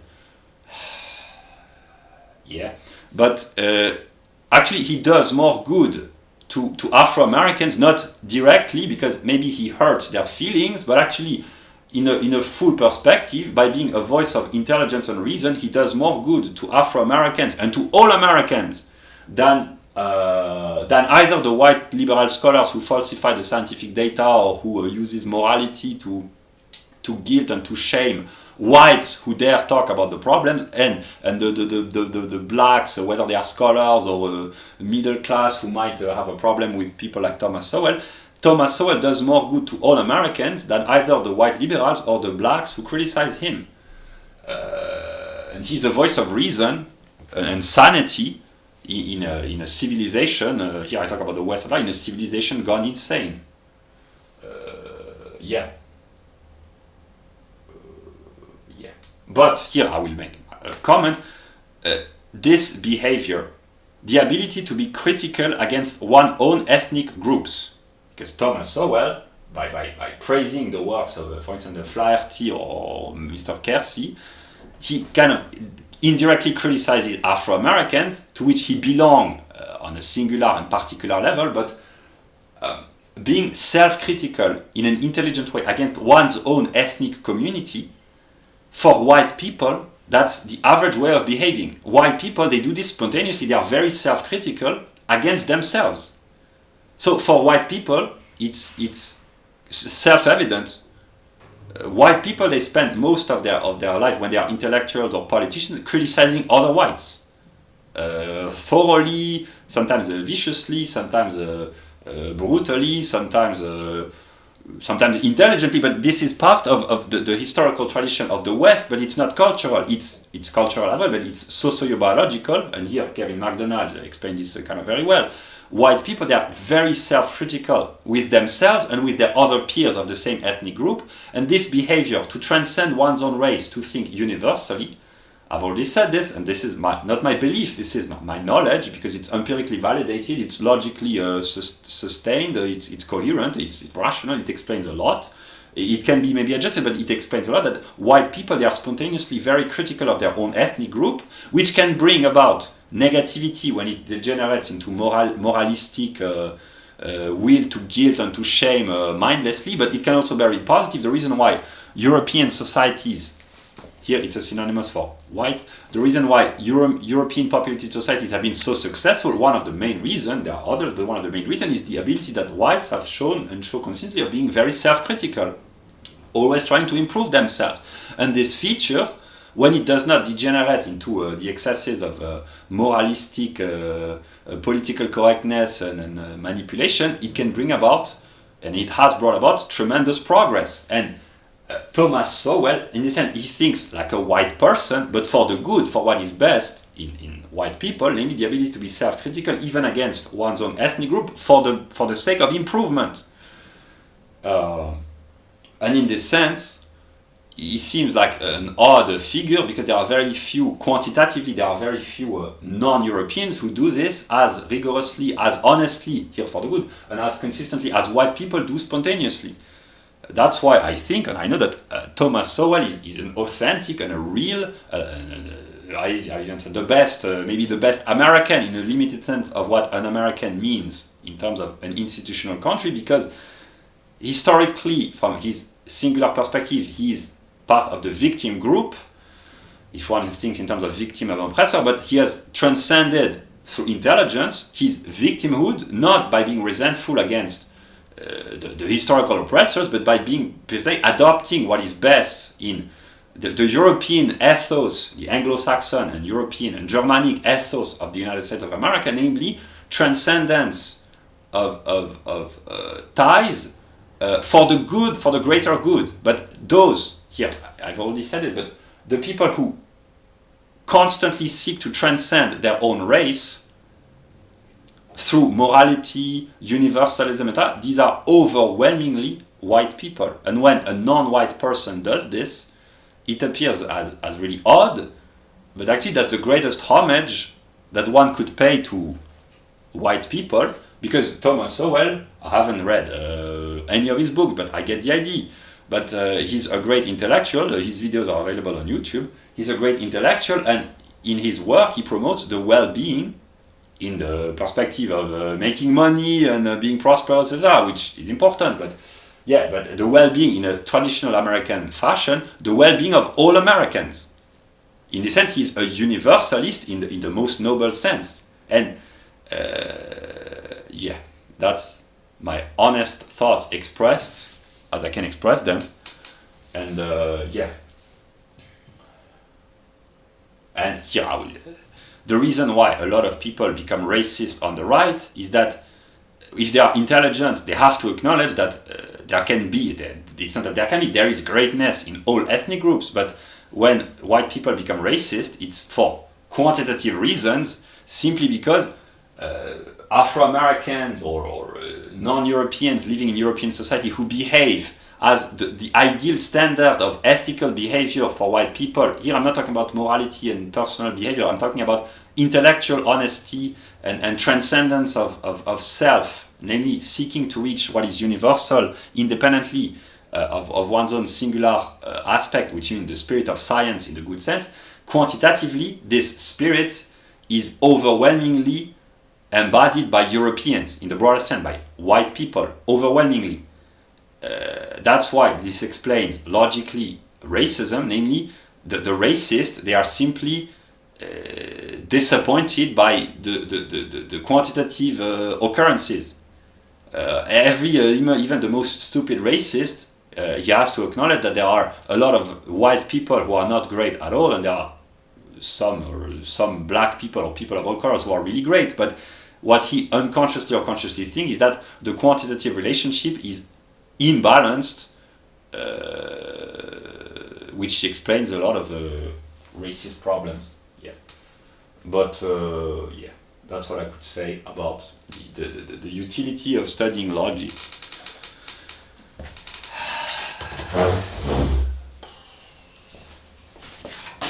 And in this sense, I will make a personal comment. I have found some sort of stability and peace because my view of race, I have succeeded in finding a coherent, intelligent, I think, view on race. Basically, I'm a universalist, and instead I'm anti-racist, but I'm intelligent enough to look at the statistics, the empirical statistics, and my view simply consists in saying, which is, when I'm in a good mood, it's the libertarian view, but it's complemented by what I call American common sense, or actually Anglo-Saxon empiricism, namely libertarianism is the real truth, the noble truth of politics, because it's not racist, but then it has to be complemented by common sense. This is what I thought already 4 years ago, so yeah. The empirical data, they show that the overwhelming majority of libertarians, they are white. Northwestern white, but white actually. It's not how to solve the contradiction, is to say that the truth of politics, the most noble truth, which is libertarianism, the American ideal, when it is fully embodied, that's a universal truth for the whole of mankind, because potentially anyone can become a libertarian. But the empirical data show that overwhelmingly this is an ideology which appeals for white people, basically.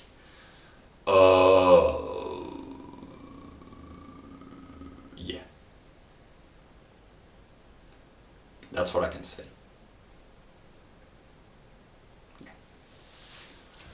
Yeah. And of course, I'm intelligent enough to know that empirically, of course, Thomas Sowell has a very high IQ, and all here I don't need any sociological study, but most of the Afro-Americans or the Hispanics who vote for the Republicans or who are attracted by libertarianism in the US, but actually the immigrants in Western countries, Afro-Americans are not immigrants, but they are an exception, but all the other groups of immigrants in Western countries who are attracted by right-wing political parties, I know without the need of any sociological backup or empirical data that they have overwhelmingly a higher IQ than their group of origin, which is leaning on the left. That's how it is. Yeah. Usually, the most intelligent white people, the really highly intelligent, they are usually on the left. The Jewish people as well. the most intelligent, usually they are on the left, but for the other ethnic groups, usually the most intelligent, they are on the right. It's not rigorous, but I'm sure that it's a trend. It can be empirically verified. I mean, there are very highly intelligent white people on the right as well, but usually very intelligent white people, they belong to the white leftist elites. Overwhelmingly, I mean, not overwhelmingly, because I understand myself. So here, that's an illustration of the reverse opposite. Usually, I've said what I thought. What I call westernized immigrants in the document The Phenomenology of Spirit, usually these are immigrants. It's in the case of all countries except, all groups except Afro-Americans who are not immigrants, or the Native Americans or natives in Canada or native in Australia, etc. But the descendant of immigrants who have arrived in Western countries over the course of the past few decades, if they are on the right, usually they have a higher IQ than their own ethnic group and a higher IQ than the mean IQ of the native population, the native predominant population, namely Europeans with the IQ of 100. I don't need empirical validation. The way usually they are on the right because they are successful economically, because they have a status, because they are attached to the universal values of Western civilization, and to be a universalist requires a certain amount of intelligence to understand. To be genuinely and to understand the implication that it requires a certain amount of intelligence, because the universal ethics promoted by whites in most northwestern countries, the purpose is to transcend the ties of ethnicity for the better. It's an attempt to find a solution to universal problems. But if it's this is what I think. If it's led by the left, it turns into negation against one's own ethnic group. This is not the purpose. It's not to transcend. Means to negate in the good sense, not to negate in a negative sense. Replacing one's own people. This is not transcendence. This is what white leftists fail to understand. That's a problem for whites, for everyone actually, but yeah. Here it's logical again, the finite and the infinite, to negate, it can be, to negate in a sense of positive negation, and there's also negative negation, and the positive intentions of leftists, when they are honest, has brought about negative consequences for white people and for people of all ethnicities in Western societies. That's how the positive can become negative. And Thomas Sowell is an example of how negativity can be very positive, but it requires effort, etc., etc. And here I will conclude with not a noble speech, but noble words. If Afro-Americans can find a figure to admire in Thomas Sowell, that's good. But what would be even better is that if people could find in Thomas Sowell an American figure to admire, just to admire him as an American. And if Americans could admire Ron Paul and Charles Murray and Thomas Sowell and Daisy Luther, and Jeff Dice is a little bit right-wing, but he belongs to this category as well, what I call the archetypal Americans in the modern age. If Americans admired Americans in the modern age for what they have best to offer, America would be great again.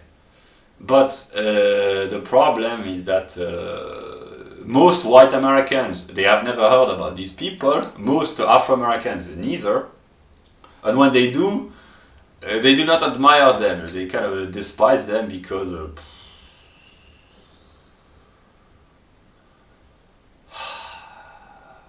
you want to end the Fed, but the Fed has brought so much positive aspects, unemployment, a housing crisis, foreign wars in the Middle East, welfare parasitical system, the manipulation of higher education. Why would you want to abolish the Fed? I don't know, for all the reasons I've just mentioned and for many others. But let's begin with the educational system. Yeah.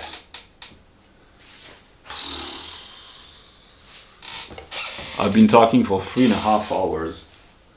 I will stop the video here. I will not post the video directly, maybe in the coming days. I don't know yet. I will rewatch the video first.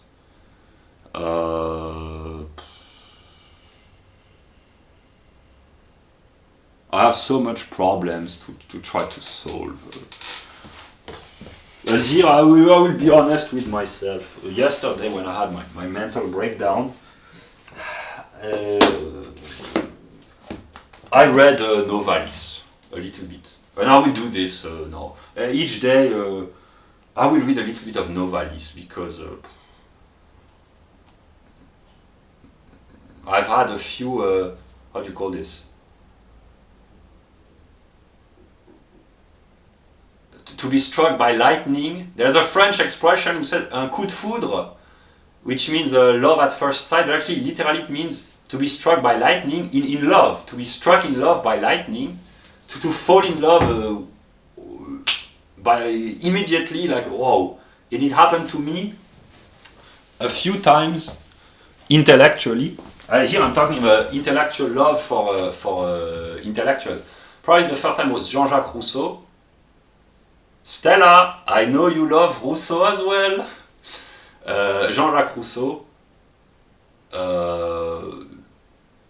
Novalis, Richard Wagner, Hegel, of course.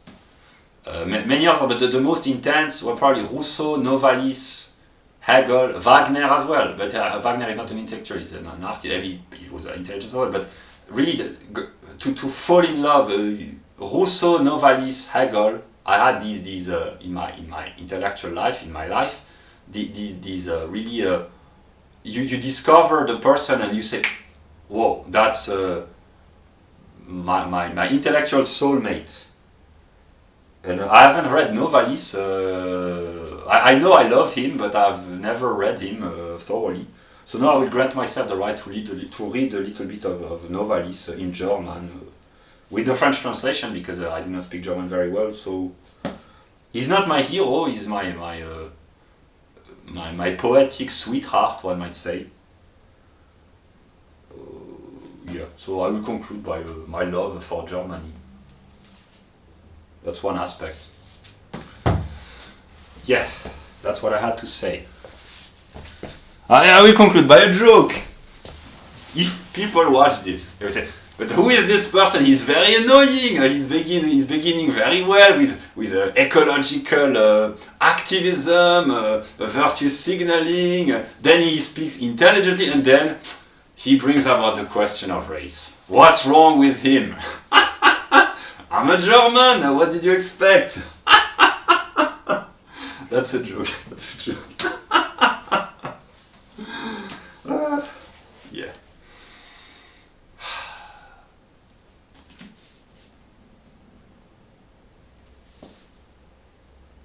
Yeah. I will end the video here.